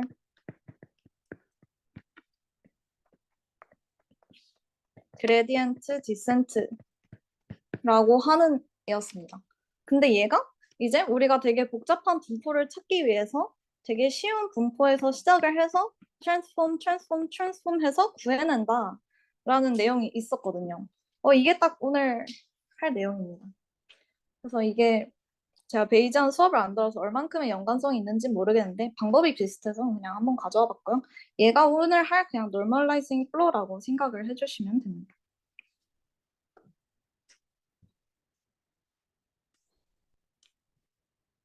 네. 그래서 NF의 목적은 복잡한 데이터의 분포로 우리가 결국에 알고 싶은 거는 X의 PDF거든요. 그래서 복잡한 데이터의 분포를 간단한 분포로부터 보통 우리가 표준 정규 분포를 따르는 애로부터 변수 변환을 통해서 얻어내는 것입니다. 요 Z에서 X로 가는 걸 보통 G라고 하고 X에서 Z로 가는 거를 지금 G의 역함수라고 한번 정의를 해볼 거예요. 1차원의 복잡한 분포는 로지스틱 믹스처 모델을 통해 구해줄 수 있는데 고차원의 복잡한 분포는 설명을 하기 힘들어가지고 나온 것이 NF다라고 생각을 해주시면 됩니다. 만약에 고차원이면 그냥 Z를 멀티베리엣 노멀을 따르는 애라고 생각을 하고 얘를 벡터라고 두고 해주면 되겠죠? 그래서 우리가 이런 데이터가 있으면 뭐 대충 이렇게 생겼잖아요. 그러면 표준 정규 분포 요 봉우리 하나만 있는 애에서 어떻게 트랜스폼을 해야 이렇게 될 건지를 한번 찾아볼 거고 우리가 왜 PX를 구하고 싶냐를 한번 생각을 해보면 NF를 통해서 그래서 뭐 Z를 이용해서 트랜스폼해서 X의 분포를 구했어. 이걸 구해서 좋은 게 과연 뭘까요? 만약에 얘가 이미지 데이터라고 한번 생각을 해볼게요. 이미지 데이터를 잘 학습을 해가지고 다음과 같은 X의 분포를 얻어냈다고 합시다. 그럼 X의 분포를 알면 샘플링도 가능하잖아요. 약간 어떠한 확률로 어떠한 애를 이제 데이터를 샘플링을 할 수 있는데 우리 테스트 데이터를 학습했던 테스트 데이터를 다시 뽑을 확률은 되게 낮겠죠. 그래서 그냥 새로운 데이터를 얻는다고 생각을 하면 새로운 이미지를 얻게 되는 거니까 데이터 제너레이션이 가능하다. 이런 장점들이 있습니다. 사실 뭐가 더 좋은지는 뒤에서 더 살펴볼 거기 때문에 네, 메인 토픽은 다음 것 같고요. 우리가 Z에서 X로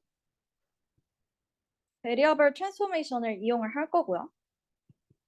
그 다음에 요 바이젝티브가 1대1 대응이라는 뜻이거든요. 왜냐하면 우리 X에서 Z로 갈 때는 역함수가 필요하기 때문에 요 G라는 애를 어떻게 찾을까를 한번 얘기를 해볼 거고, 그 다음에 우리가 되게 복잡한 데이터가 요런 애에서 한 번만에 가진 않겠죠. 되게 여러 번의 트랜스포메이션을 거쳐야 될 때가 있습니다. 예를 들어서 뭐 딥러닝 네트워크 같은 것도 우리가 되게 복잡한 구조를 표현을 하려면 그냥 이거 한 번만 가는 거로는 안 되잖아요. 그러니까 레이어를 여러 개 쌓을수록 성능이 좋으니까 얘도 바이젝티브 펑션을 여러 개 쌓아서 어떤 거는 선형적으로 좀 변형을 하고 어떤 거는 비선형적으로 변형을 해서 모양을 바꾸고 이런 식으로 여러 개 쌓아가지고 한번 스태킹을 해볼 겁니다. 이거를 이제 체인 플로우라고 부릅니다. 네, 그러면 변수 변환부터 시작을 할 건데 되게 익숙한 내용이신가요? 이게? 네, 스통 1에서 가져온 겁니다. 우리가 어떤 y라는 게 gx라고 표현을 해줄 수가 있다면, 그리고 요 만약에 g가 원투원, 그러니까 1대1이고 미분이 가능하다면 y의 pdf는 다음과 같이 구할 수 있습니다. x pdf에다가 그냥 dx dy 하나 얘를 붙여준다. 그리고 요 x는 g 역함수 y라고도 표현을 해줄 수가 있겠죠. 이걸 그냥 기본적으로 알고 시작을 할 거고요. 베리어블 트랜스포메이션을 할 때 요 자코비안이 추가로 곱해지는데, 우리가 Z에서 뭔가 트랜스폼을 한다고 요 밑에 있는 적분값이 변하면 안 되잖아요. 항상 1로 유지가 돼야 되니까. 요 자코비안이 요 전체 넓이가 1이 될 수 있도록 유지를 해주는 역할을 합니다. 그리고 이러한 특징 덕분에 노멀라이징 플로우라고 부릅니다. 그래서 뭐 계속 얘기한 거니까 여기는 그냥 넘어갈게요. X 있고 Z 있고 표준 정규분포 이용을 해서 어떠한 G를 찾아가지고 X를 설명을 할 건데, 그래서 G를 찾아서 좋은 점은에 대해서 한번 먼저 해보겠습니다. G를 찾아서 좋은 점은, G를 찾는 게 사실 복잡하긴 한데 찾았다고 치고 이걸 왜 찾냐, 이거 찾아서 그래서 뭐 할 거냐, 아까 얘기한 것처럼 데이터 제너레이션이 가능하고, 두 번째로는 그냥 X에 대한 라이클리후드를 구해줄 수가 있습니다. 조금만 더 구체적으로 봐보면 우리가 지금 X에 대한 probability를 모르잖아요. 분포를 모르잖아요. 그래서 어떤 X0에 대해서 이 likelihood를 바로 계산을 하지는 못할 거예요. 대신에 G라는 함수를 알고 있으면 그냥 X0에다가 G의 역함수 한번 씌워가지고 Z0으로 바꿔주면 여기가 어딘가에 X0이 있다고 치고 얘를 바꾼 게 만약에 여기가 나왔다고 치면 이 Z형에 대한 likelihood는 알 수가 있겠죠. 그래서 얘를 먼저 구해준 다음에 자코비안만 구해주면 원래 X형에 대한 likelihood를 계산을 하는 것이 가능해지게 됩니다. 그 다음에 이제 두 번째가 샘플링이 가능하다. 그러니까 만약에 아까 제가 테스트 셋이라고 했나요? 그러니까 트레인 데이터가 아닌 애들을 뽑아주면 그게 새로운 데이터인 거잖아요. 그래서 그런 애들을 샘플링하면 데이터 제너레이션이 가능하게 됩니다. 근데 여기서 바로 샘플링하는 거는 불가능하니까 여기서 그냥 샘플을 하나 뽑아가지고 여기다가 G를 하나 적용을 하면 그게 새로운 샘플이 되겠습니다. 그래서 이런 기능도 있다. 그럼 이제 문제는 그래서 G를 그래서 어떻게 찾냐가 문제가 되겠죠. 일단 요 G는 1대1 함수? 1대1 대응? 1대1 함수라고 할게요. 바이젝티브라는 조건이 전제가 되어 있어야 하고요. 만약에 하나의 함수만을 사용한다면 사실 제일 좋은 파라미터는 뉴럴 네트워크가 정해줄 거고, 우리는 아까 멀티노미얼을 썼던 이유가 되게 플렉시블하니까 우리가 멀티노미얼을 썼던 거잖아요. 얘도 G는 우리가 설정을 해주기는 할 건데 되게 플렉시블하게 세타가 뭔지에 따라서 되게 잘 변하는 함수로 설정을 해줄 겁니다. 그러면 이제 뉴럴 네트워크가 NLL을 줄이는 방법으로 이 세타를 결정을 지어줄 수가 있겠죠. 조금만 더 정리를 해본다면 만약에 G가 되게 좋은 애를 선택을 했으면 우리는 사실 목표가 x1부터 xn까지의 데이터가 있을 때 얘네의 likelihood를 높이는 것이 목표잖아요. 얘는 사실 z1부터 zn까지의 likelihood를 maximize 하는 거랑 똑같겠죠. 그래서 우리는 세타를 찾아줄 건데 얘가 어떤 세타냐라고 하면 그냥 이 likelihood를 maximize 해주는 세타를 찾아주면 됩니다. 뭐 어차피 어려운 거는 다 뉴럴 네트워크가 해줄 거기 때문에 그래서 g라는 함수만 잘 설정을 해주면 돼요. 근데 하나의 함수만을 사용한다면 아무리 뭐 플렉시블 한다고 한들 한계가 있을 테니까 여러 개 뭐 G1, G2, G3 이렇게 여러 개의 트랜스포메이션을 이용을 해주면 됩니다. 그래서 코드를 하나 가져와 봤는데 보통 X가 알려져 있으면 안 되죠. 근데 일단은 그냥 연습하는 겸 X가 다음과 같은 애를 따른다고 한번 해볼게요. 이거는 사실 어떤 트랜스포메이션을 해야 되는지 우리가 그냥 바로 직관적으로 보이잖아요. X가 분산이 0.2가 됐으니까 0.2를 곱하고 5를 더해주고 대충 이런 트랜스포메이션을 취하면 되겠지 라고 생각을 해볼 수가 있고 뉴럴 네트워크가 걔를 잘 수행을 하는지 한번 보도록 합시다. 근데 여기 교재 오타가 있는데 이거 B고 여기 A로 바꿔주셔야 됩니다. 코드는 BA로 되어 있어가지고 이거 바꿔주시고 일단 지금 요 A, B를 그러니까 지금 Y는 선형적인 함수만 일단 사용을 할 건데 요 A를 이제 스케일, B를 shift라고 얘기를 하죠. 그냥 아무렇게나 일단 초기 값을 먼저 설정을 해주고 요 바이젝터가 이제 G를 정해주는 겁니다. G. 그래서 바이젝터를 정해줄 건데 스케일은 A, shift는 B가 되게 affine scalar 이거 그냥 선형함수, linear function이라고 생각을 해주시면 되고 그러면 distribution은 표준 정규 분포를 따르는 애가 있고 바이젝터는 다음과 같이 설정을 한다. 옵티마이저는 아담으로 하고 러닝 레이트는 0.1로 한다. 그러면 뭐 1000번 동안 해가지고 이게 텐서플로우에서 이제 그레디언트를 업데이트를 하는 방법인데 일단 로스가 이 부분이 이제 로그 프로버빌리티가 있고 리듀스 민이면 얘가 이제 NLL을 계산을 하는 과정이죠. NLL을 이용해서 로스를 계산을 해주고 로스 알고 뭔가 우리 뭐 데이터 알고 요걸 이용해서 그레디언트 계산해주고 이 옵티마이저 이용해서 그레디언트를 업그레이드 시켜주면 결과값이 뭐 A는 0.2006, B는 뭐 0.4997. 뭐 되게 잘 학습이 된다라는 걸 알 수가 있죠. 네, 근데 뭐 이건 쉬운 예시를 가져왔으니까 복잡한 애들은 복잡한 분포는 우리보다 요 텐서플로우가 더 잘 계산을 해줄 겁니다.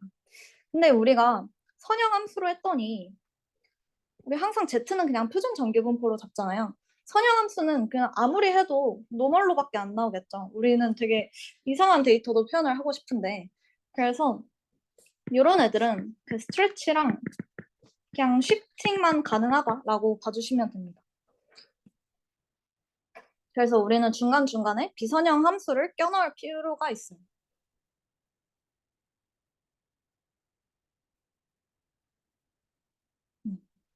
그래가지고 이제 트랜스폼을 이제 한 번이 아니라 여러 번을 적용을 하는 건데 변환을 여러 번 거치는 것을 체이닝 플로우라고 하고 일반적으로 리니어 트랜스포메이션 사이에 좀 비선형적인 애들을 껴넣습니다.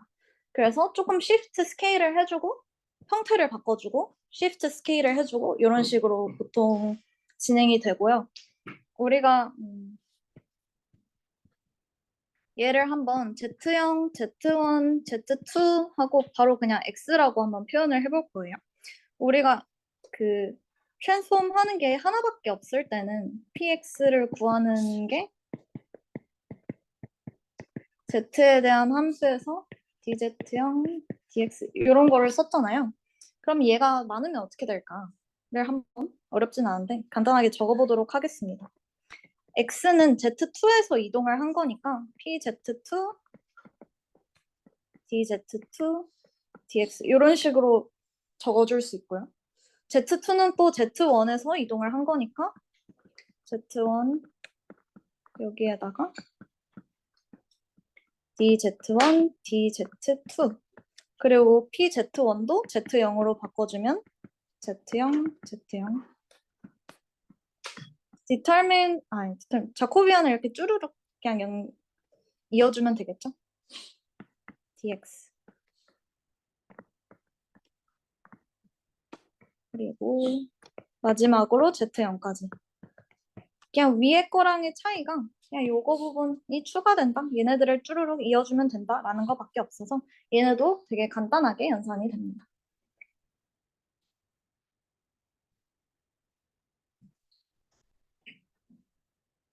넘어가도 되나요? 네. 근데 우리가 중간중간에 비선형 함수를 껴넣어야 된다고 얘기를 했었죠. 리니얼 트랜스포메이션은 분포의 모양을 바꾸지 않기 때문에 우리는 non-linear 바이젝टर 펑션을 넣어줄 겁니다. 여기서는 이거 썼는데 이거는 그냥 하나의 예시일 뿐이고요. 바이젝터 펑션 되게 많은데 되게 많은 것 중에서 그냥 파라미터가 없는 것들이 사실 대부분이에요. 예를 들어서 그냥 소프트 플러스 같은 거. 그냥 비선형 함수인데 파라미터가 없는 것들이 많아서 걔네는 좀 제외를 해주고 우리가 그래도 좀 맞는 애를 찾아야 되니까 파라미터가 있는 애들 중에서 예시를 하나 가져와 봤습니다. 하이퍼볼릭 사인, 아크 하이퍼볼릭 사인 되게 복잡해 보이죠? 근데 얘는 이제 스큐니스랑 테일 웨이트 얘네 두 개의 파라미터를 가지고 있고 뭐 뮤랑 뭐 스케일을 더 추가를 해줘도 되기는 합니다. 그래서 보면 스큐니스가 0이고 테일 웨이트가 1이면 거의 선형 함수에 가깝게 표현을 할 수 있는 것도 보이고 뭐 이런 식으로 조절을 해주면 이렇게 비선형 함수로도 표현이 될 수 있는 걸 보이죠. 그래서 리니얼한 애들 사이에 이런 애들을 중간중간에 껴넣으면 훨씬 더 좋은 복잡한 분포를 설명을 해줄 수가 있다고 합니다. 지금까지가 이제 1차원에서 그냥 간단하게 해본 거였고 되게 고차원일 때는 어떻게 하냐 여기서부터 이제 머리가 좀 아파오나요? 네, 간단한 것 같기도 하고 그렇게 어려운 내용은 없을 겁니다. 일단 우리가 x가 d차원이라고 한번 해볼게요. 그러면 z도 z 하나로 표준점표 분포 확률 변수 하나로 쟤네들을 다 표현을 하진 못하겠죠. 그래서 z도 x 변수에 맞게 d차원으로 맞춰줍니다.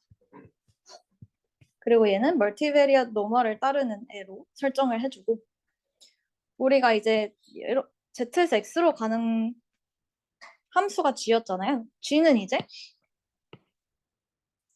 얘도 이제 이런 식으로 정의를 해줍니다.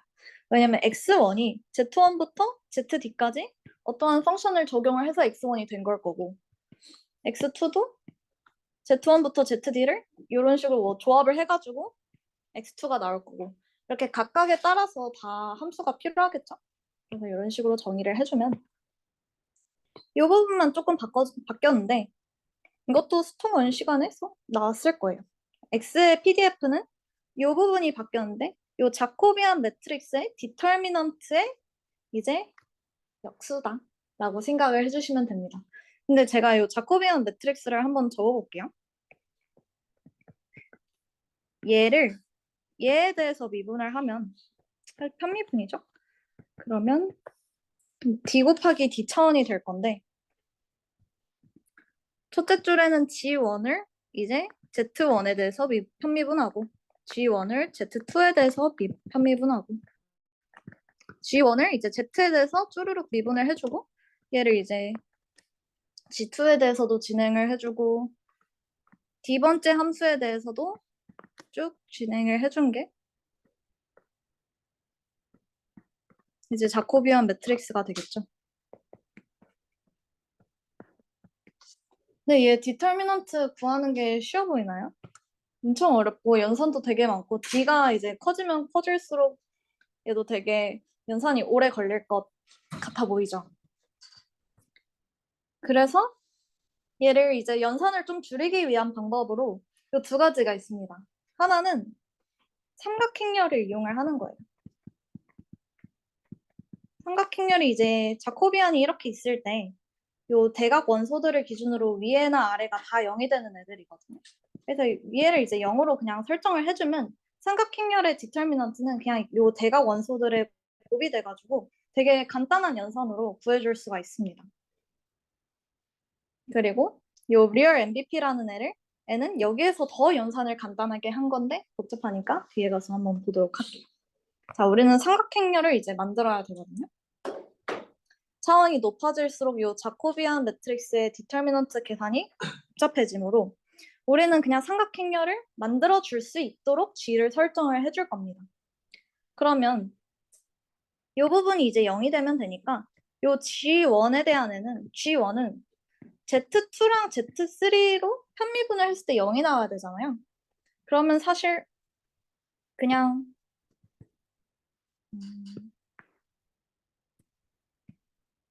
Z1에 대한 함수로만 이루어져 있다라고 우리가 G1을 그렇게 설정을 해주면 되겠죠. 이렇게 쓰는 게 나을 것 같아요. X1은 G1, Z1에 의해서만 이제 트랜스폼이 된다. 그 다음에 두 번째는 Z3에 대해서 편미분했을 때 0이 나오면 되니까 얘네들로 이제 해주면 될 거고 X3는 그냥 원래대로 Z1, Z2, Z3를 다 이용을 해주면 되죠. 그래서 삼각행렬을 만들기 위해서는 요 GI가 ZI 플러스 1, 뭐 ZI 플러스 2 이런 애들을 포함하지 않아야 한다는 것을 의미합니다. 그냥 그런 식으로 함수를 저희가 임의로 짜주면 돼요. 문장이 좀 많은데 그냥 이렇게 만들었으면 디터미넌트는 우리가 이 부분만 곱한 거라고 했잖아요. 사실 이 부분도 필요가 없어요. 그래서 삼각행렬을 만들었으면 디터미넌트는 자코비안의 디터미넌트는 그냥 요 i번째를 zi로 편미분한 애들만 쭈르륵 곱해주면 된다 라고 표현을 해줄 수가 있을 것 같습니다. 그러면 디터미넌트 계산한 거는 뭐 연산 좀 적게 쉽게 해준 거죠. 그러면 이제 요걸 어떻게 계산할지가 그 다음으로 고민을 해봐야 될 건데 사실 gi가 어떤 g라는 펑션이 z로 미분을 했을 때 제일 그냥 쉽게 나오는 거는 선형함수잖아요. 우린 그냥 계산의 편리성을 위해서 gz를 z에 대한 선형함수로 표현을 할 겁니다. 근데 이걸 조금만 더 길게 써보자면 zi에 대한 함수를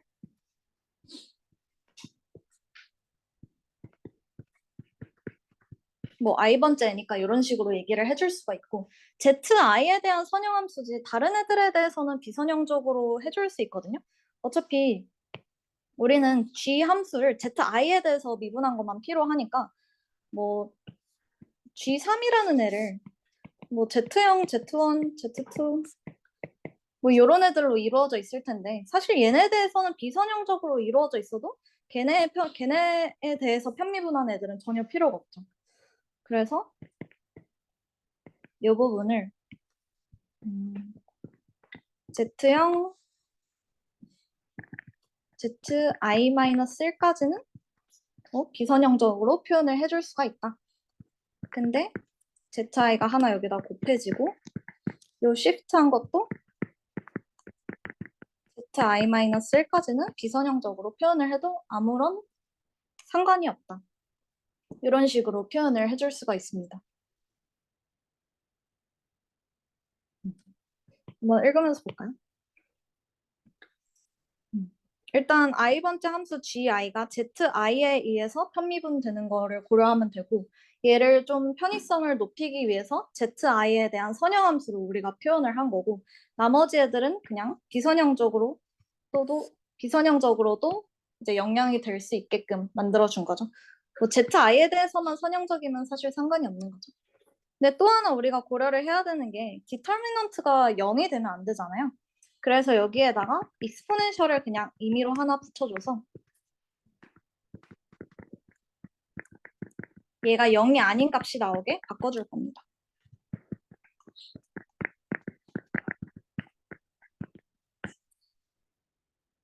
이런 식으로 g를 설정을 해줄 거예요. 이렇게 설정을 하면 우리가 이 편미분한 값이 그냥 zi를 미분한 이 부분만 나오겠죠. 그래서 얘네만 쭈르륵 곱하면 디터미넌트가 되기 때문에 되게 간단하게 계산을 해줄 수가 있다라는 것이 이 플리 트라이앵글을 이용을 하는 목표가 되겠습니다. 괜찮나요?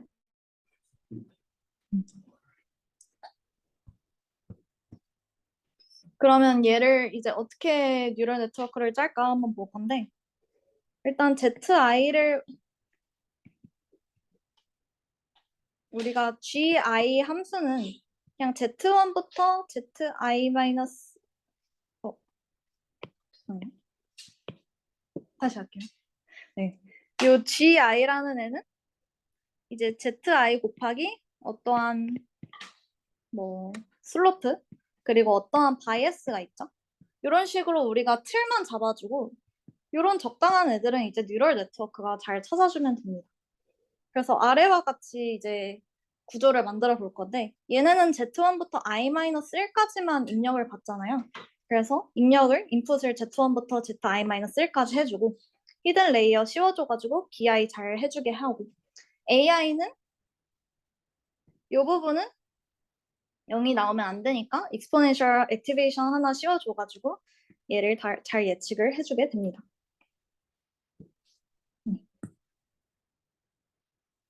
근데 우리가 이제 파라미터를 그럼 뉴럴 네트워크가 어떻게 학습을 하냐를 보면 어차피 얘도 맥시멈 라이클리후드 방법을 쓸 거고 NLL을 줄이는 방법으로 얘가 파라미터를 업데이트를 할 건데 요 인풋으로 Z1부터 ZI-1까지를 우리가 먼저 넣어줘야 되잖아요.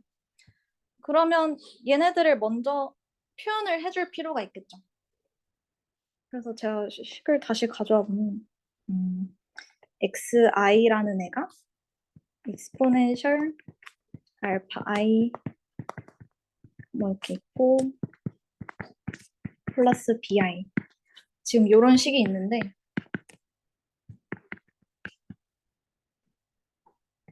그럼 한번 구해보면 1을 넣어보면 요거는 Z1이니까 얘는 그냥 그 영향을 받을 변수가 없죠. 그래서 다 0으로 그냥 취급을 해버리면 x1은 z1이 되고 2를 넣어보면 x2는 exponential 알파 2 얘는 z1에 의해서만 영향받고 z2 곱해주고 플러스 b2 z1 이런 식이 되겠죠. 그리고 쭉 갈 건데 그럼 얘네를 z를 인풋으로 넣어주려면 z1은 x1이고 z2는 이거 넘겨준 다음에 x2에서 b2 빼준 다음에 익스포넨셜로 나눠주면 되고 다음과 같이 쭉 마찬가지로 해줄 수가 있습니다. 근데 z를 지금 연산을 하는 걸 보면 원래는 뉴럴 네트워크 장점이 되게 병렬적으로 할 수 있어서 복잡한 연산을 빨리 해줄 수 있는 게 장점이거든요. 근데 얘는 z1을 구해야 얘를 다음에 넣어서 z2 구하고 Z2 구해야 여기에 넣어서 Z3 구하고 이렇게 시퀀셜한 방법을 이용을 할 수밖에 없습니다. 그럼 얘도 오래 걸린다는 뜻이겠죠? 그래서 나온 게 조금 더 계산을 완화시켜주기 위해서 리얼 MVP라는 게 나왔습니다. 네. 근데 하나만 더 짚고 넘어가자면 우리가 그러면 Z1부터 ZD까지 이렇게 그냥 쭈룩 다 넣고 D 차원에 있는 Z를 쭈룩 다 넣고 그냥 알파 1, B1, 알파 2, B2, 알파 D, BD 여기는 인풋, 여기는 아웃풋 이렇게 해서 뉴럴 네트워크를 짜면 되는 건가요? 라고 물어보면 일단 얘는 안 되겠죠? 왜냐면 알파 1을 고려를 하는데 알파 2를 고려를 하는데 Z2 이상의 애들이 들어오면 안 되잖아요. 그래서 이런 일반적인 뉴럴 네트워크 구조는 못 쓰고 아까 맨 처음에 나왔던 오토 리그레시브 모델을 사용을 해줄 수가 있습니다. 얘가 이제 XT를 구할 때 이전의 시퀀스들로 이제 네트워크를 짜서 구했던 거잖아요. 이게 지금 이 상황에 딱 맞죠. 그래서 아까처럼 뭐 이렇게 x0부터 시작해서 xt-1까지 있고 마지막에 xt를 구할 수 있게 이런 식으로 비슷하게 오토 리그레시브 모델을 이용을 해야 얘가 우리가 원하는 방식대로 이제 파라미터들을 잘 학습을 해줄 수 있을 겁니다. 네, 그 다음에 이제 리얼 MVP를 볼 건데요. 이럼에도 이제 아직도 너무 오래 걸린다라는 문제가 있어서 얘를 좀 간단하게 이런 구조로 한번 표현을 해봤습니다. 되게 복잡해 보이죠? D차원이 있을 때 우리가 하이퍼 파라미터로 이 스몰 d를 정해줄 거예요. 뭐 대충 한 5차원이 있고 d를 한번 2라고 정해본다고 해볼게요. 그러면 요 x1이랑 x2에 대해서는 그냥 z1, z2를 그대로 이용을 하는 겁니다. 이러면 연산이 확실하게 줄겠죠? 그리고 그 나머지 애들에 대해서는 아까와 같이 exponential 뭐 곱하기 z3 더하기 어떤 shifting을 더해줄 건데 여기서도 아까랑 다른 게 요 알파랑 b를 정하는데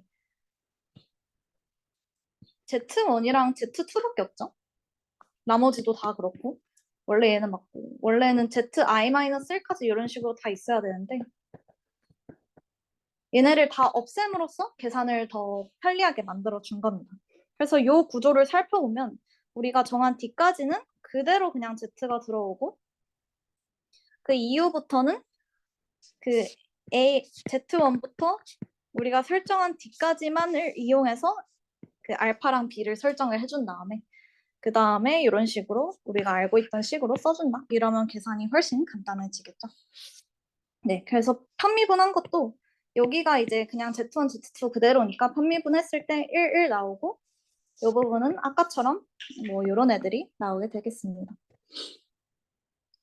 근데 여기서 이제 한 가지 의문은 근데 이렇게 해도 돼? 라는 의문이 들잖아요. X1, X2를 그냥 뭐 0,1 따르는 Z1, Z2를 가지고 왔으니까 근데 여기서 이제 이런 문제점을 해결을 해주려고 중간중간에 이제 요 뒤에 보면 알 수 있는데 tfb.permute이라는 패키지가 있거든요. 그래서 한 번 하고 한 번 레이어를 쌓고 두 번째 할 때마다 얘네 순서를 막 바꿔주는 거예요. 그러면 그때는 이제 x3를 뭐 고정을 해보고 나머지는 학습을 하고 이런 식으로 레이어를 여러 개 쌓으면 이제 이런 문제를 해결을 해줄 수가 있을 것 같습니다.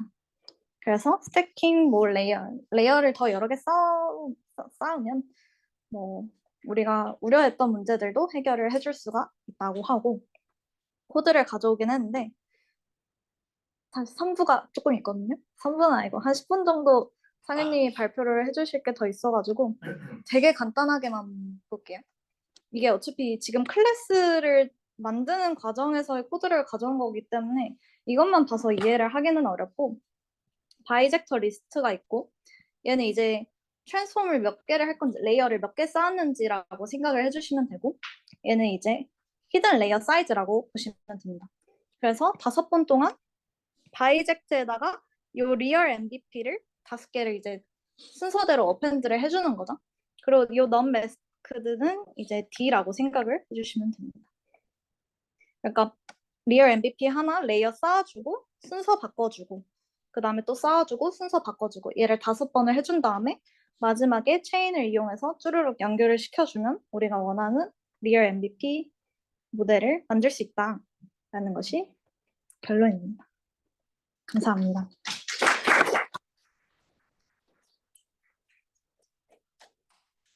바로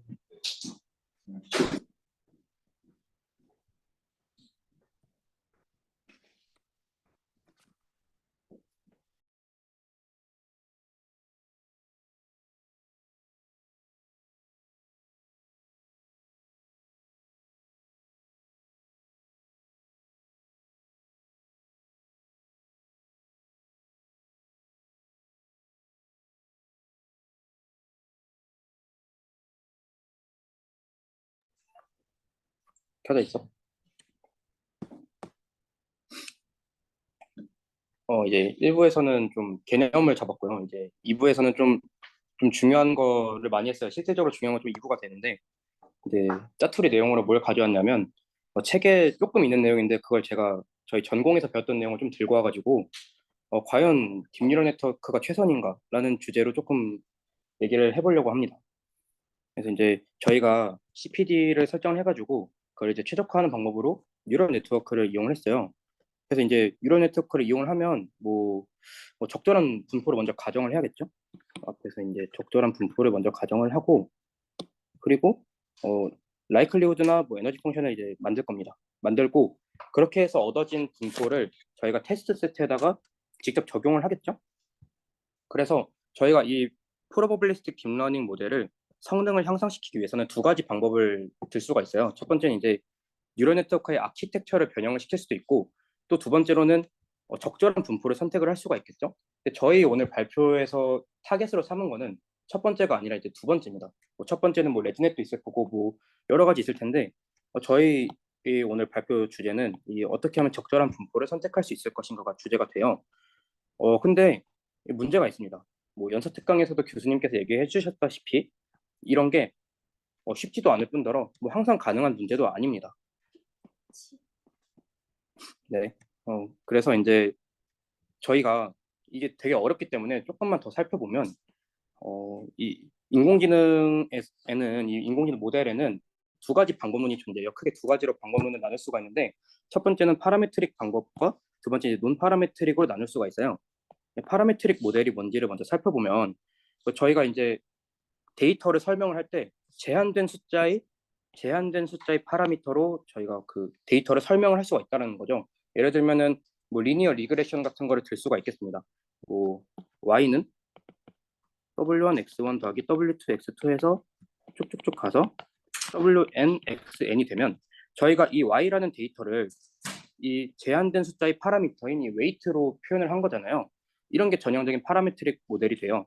그 파라메트릭 모델의 예시에는 리니어 리그레션이 있을 거고요.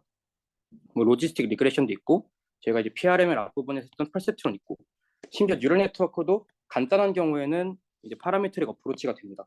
왜냐하면 저희가 뉴럴 네트워크도 앞에서 책을 보면은 그 뉴런 사이에 웨이트를 가정을 깔잖아요. 뭐 LDA 같은 것도 있고, 뭐 서포트 벡터 머신, 뭐 거의 다 이제 파라메트릭 어프로치라고 보시면 돼요. 파라메트릭 어프로치는 장단점이 있는데 좀 제한되어 있습니다. 그러니까 이거는 장점일 수도 있고 단점일 수도 있는데, 일단 뭐 아웃라이어 데이터에 굉장히 취약하다고 할 수가 있어요. 왜냐하면 저희가 이 데이터를 PRM에서 예시를 좀 들어보면 이런 초록색하고 이 파란색을 가르는 클래시피케이션 모델을 설정을 할 때 이런 중간에 있는 직선을 하나를 만들 수가 있겠죠. 근데 여기에 이제 이 초록색에 아웃라이어 데이터가 이렇게 들어옵니다. 들어오면 이 직선이 이렇게 아래쪽으로 이렇게 휘게 되면서 이 클래시피케이션의 성능이 떨어질 수 있는 그런 문제를 야기할 수가 있어요.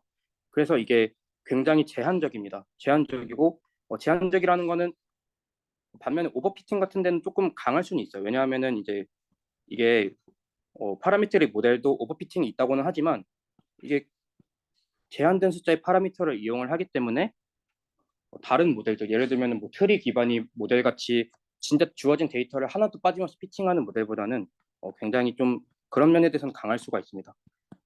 그리고 이제 논 파라메트릭 모델도 좀 살펴볼 건데, 논 파라메트릭 모델은 이제 먼저 보면은 디시전 트리 같은 게 있어요. 트리 같은 경우에는 이제 뭐 y가 1보다 큰 거를 왼쪽으로 이제 솔팅을 하고, 뭐 y가 1보다 작으면은 오른쪽으로 뭐 솔팅을 하고, 그래서 또 여기서는 이제 뭐 y2가 뭐 2보다 작다 이런 식으로 해서 쭉쭉쭉 가서 솔팅하는 방법이 있는데, 이런 트리 기반의 어프로치는 웨이트를 사용하지 않기 때문에 논 파라메트릭 모델이라고 해요. 그리고 좀 살펴보셔야 되는 게, 여기 보면은 딥 뉴럴 네트워크가 있잖아요. 앞에서 심플 뉴럴 네트워크는 웨이트가 있기 때문에 파라메트릭 어프로치라고 말씀을 드렸는데, 블랙박스 프라블럼이라는 거 들어보셨을 거예요. 레이어가 깊어지면 깊어질수록 그 하나하나에 있는 웨이트들에 대해서 저희가 조정을 튜닝을 하는 것이 거의 불가능에 가깝습니다. 그래서 이런 딥 뉴럴 네트워크까지 저희가 논 파라메트릭 모델이라고 설명을 합니다. 그래서 이 논 파라메트릭 모델 같은 경우에는 제한된 숫자의 파라미터로 혹은 웨이트로 저희가 그 어떤 모델을 설명하지 않는다. 그래서 이것도 이제 장단점이 있겠죠. 뭐 장점일 수도 있고 단점일 수도 있는데 굉장히 플렉서블합니다. 예를 들면은 아까 예시를 잠깐 다시 들면은 이 검은색과 이 초록색을 분류할 수 있는 모델을 만들 때 이렇게 파라메트릭 모델을 만들었다고 치면, 이게 논 파라메트릭 모델 같은 경우에는 이런 이제 아웃라이어가 들어왔을 때 얘네까지 이렇게 다 확인을 할 수가 있기 때문에 굉장히 플렉서블한 피팅을 할 수가 있는데, 반면에 또 오버피팅은 굉장히 취약하죠. 그리고 또 이제 또 특징을 하나 살펴보면 이 네트워크나 모델이 그 복잡도 자체가 데이터의 개수에 따라서 증가하는 영향을 또 받기도 합니다. 예를 들면은 딥뉴럴 네트워크 같은 경우에는 저희가 이제 데이터의 개수 n이 많아지면은 오버피팅에 굉장히 강하다라고 알고 있지만 또 이런 많은 데이터들을 피팅하고 솔팅하기 위해서는 그만큼 뉴럴 네트워크의 레이어 자체도 복잡하고 길어져야 됩니다. 뭐 그런 특징이 있고요. 제가 이제 오늘 강조하고 싶은 거는 이제 마지막 세 가지인데 세 번째인데 이런 논파라메트릭 모델이 가지는 최고의 장점은 어떤 데이터에 대한 사전 지식이 없어도 적용이 가능합니다. 혹은 데이터를 그냥 뭐 정규 분포라든지 이런 간단한 하나의 분포로 그냥 퉁치고 넘어갈 수가 있어요.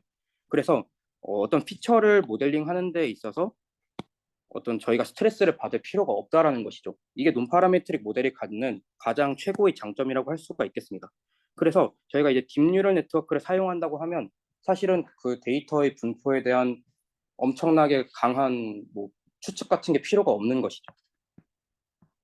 그래서 이제 과연 저희가 데이터를 설명을 할 때 프로버빌리스틱 모델을 적용하는 것이 옳은 것인가, 물론 이제 뭐 이게 옳다 그르다를 얘기를 하려는 게 아니라 저희가 이제 연구로서는 충분한 가치가 있지만 저희가 과연 뉴럴 네트워크를 사용해야 되는가에 대해서는 그 의문을 한번 가져봐야 한다는 얘기죠. 왜냐하면 저희는 앞에서 이 뉴럴 네트워크를 이용을 하는데 어떤 특정한 분포를 가정했을 뿐만 아니라 그 분포의 파라미터를 얻기 위해서 살짝은 파라메트릭 어프로치와 같은 방법을 사용을 했어요.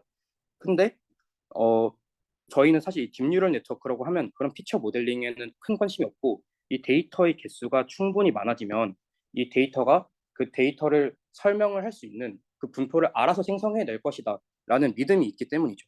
그래서 이제 베이지언 뉴럴 네트워크 같은 경우에는 혹은 뭐 이제 꼭 BNN이 아니더라도 이런 확률이 적용된 이런 모델은 데이터의 개수가 적은 경우에 좀 의미가 큽니다. 왜냐하면 많은 경우에는 우리 뉴럴 네트워크가 알아서 학습을 진행해 줄 거라는 믿음이 있기 때문에. 그런데 이제 반면에 이 데이터의 개수가 매우 적은 경우에는 꼭 뉴럴 네트워크를 이용해야 될 것인가에 대한 문제점이 생겨요. 왜냐하면은 이건 굉장히 유명한 그림이어서 추천은 이제 없었는데 데이터의 개수가 적은 경우에는 오히려 머신러닝 알고리즘이 딥러닝 알고리즘을 압도하는 성능을 보이는 경우가 왕왕 있다라는 것이죠. 그래서 만약에 내가 뉴럴 네트워크를 이용하는 것과 같이 논 파라메트릭 어프로치를 이용하고 싶어. 이 데이터를 설명할 수 있는 어떤 웨이트를 뭐 어떤 분포가 어떤 건지 모르겠어 라고 하는 경우에는 이런 부스팅 계열 혹은 머신러닝 계열이 알고리즘들이 쓰일 수가 있죠. 주로 이제 부스팅 계열 같은 경우에는 뭐 엑셀 표 같은 스트럭처드 정형 데이터에 대해서 좀 쓰이고요.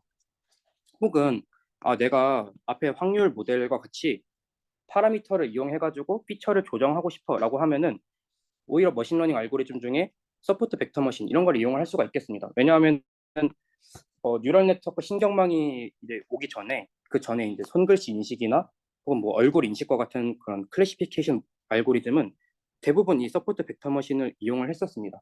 그래서 이제 뭐 파라미터를 어떻게 잘 조절을 하고 또 이건 주로 이제 분포를 그냥 정규 분포를 깔고 들어가거든요.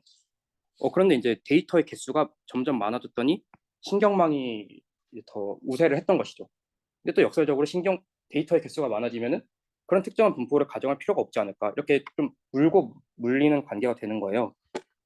그래서 이제 저는 이 프로버빌리티 DL이 굉장히 좀 재밌고 또 연구 가치도 높다고는 생각을 하지만 과연 내가 이 문제를 해결하는 데 있어서 신경망을 이용을 해야 되는가는 이제 여러분들이 좀 재고해야 될 문제가 아닌가라고 생각을 합니다.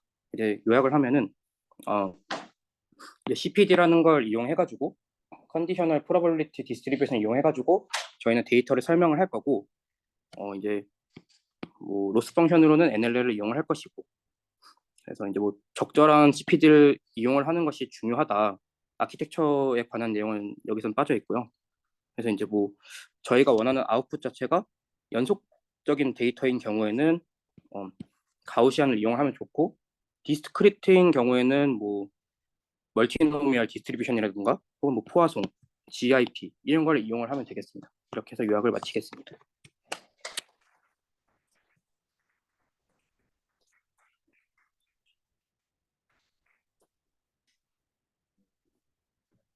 그래서 너무 잘해주셨어요. 박수 한번.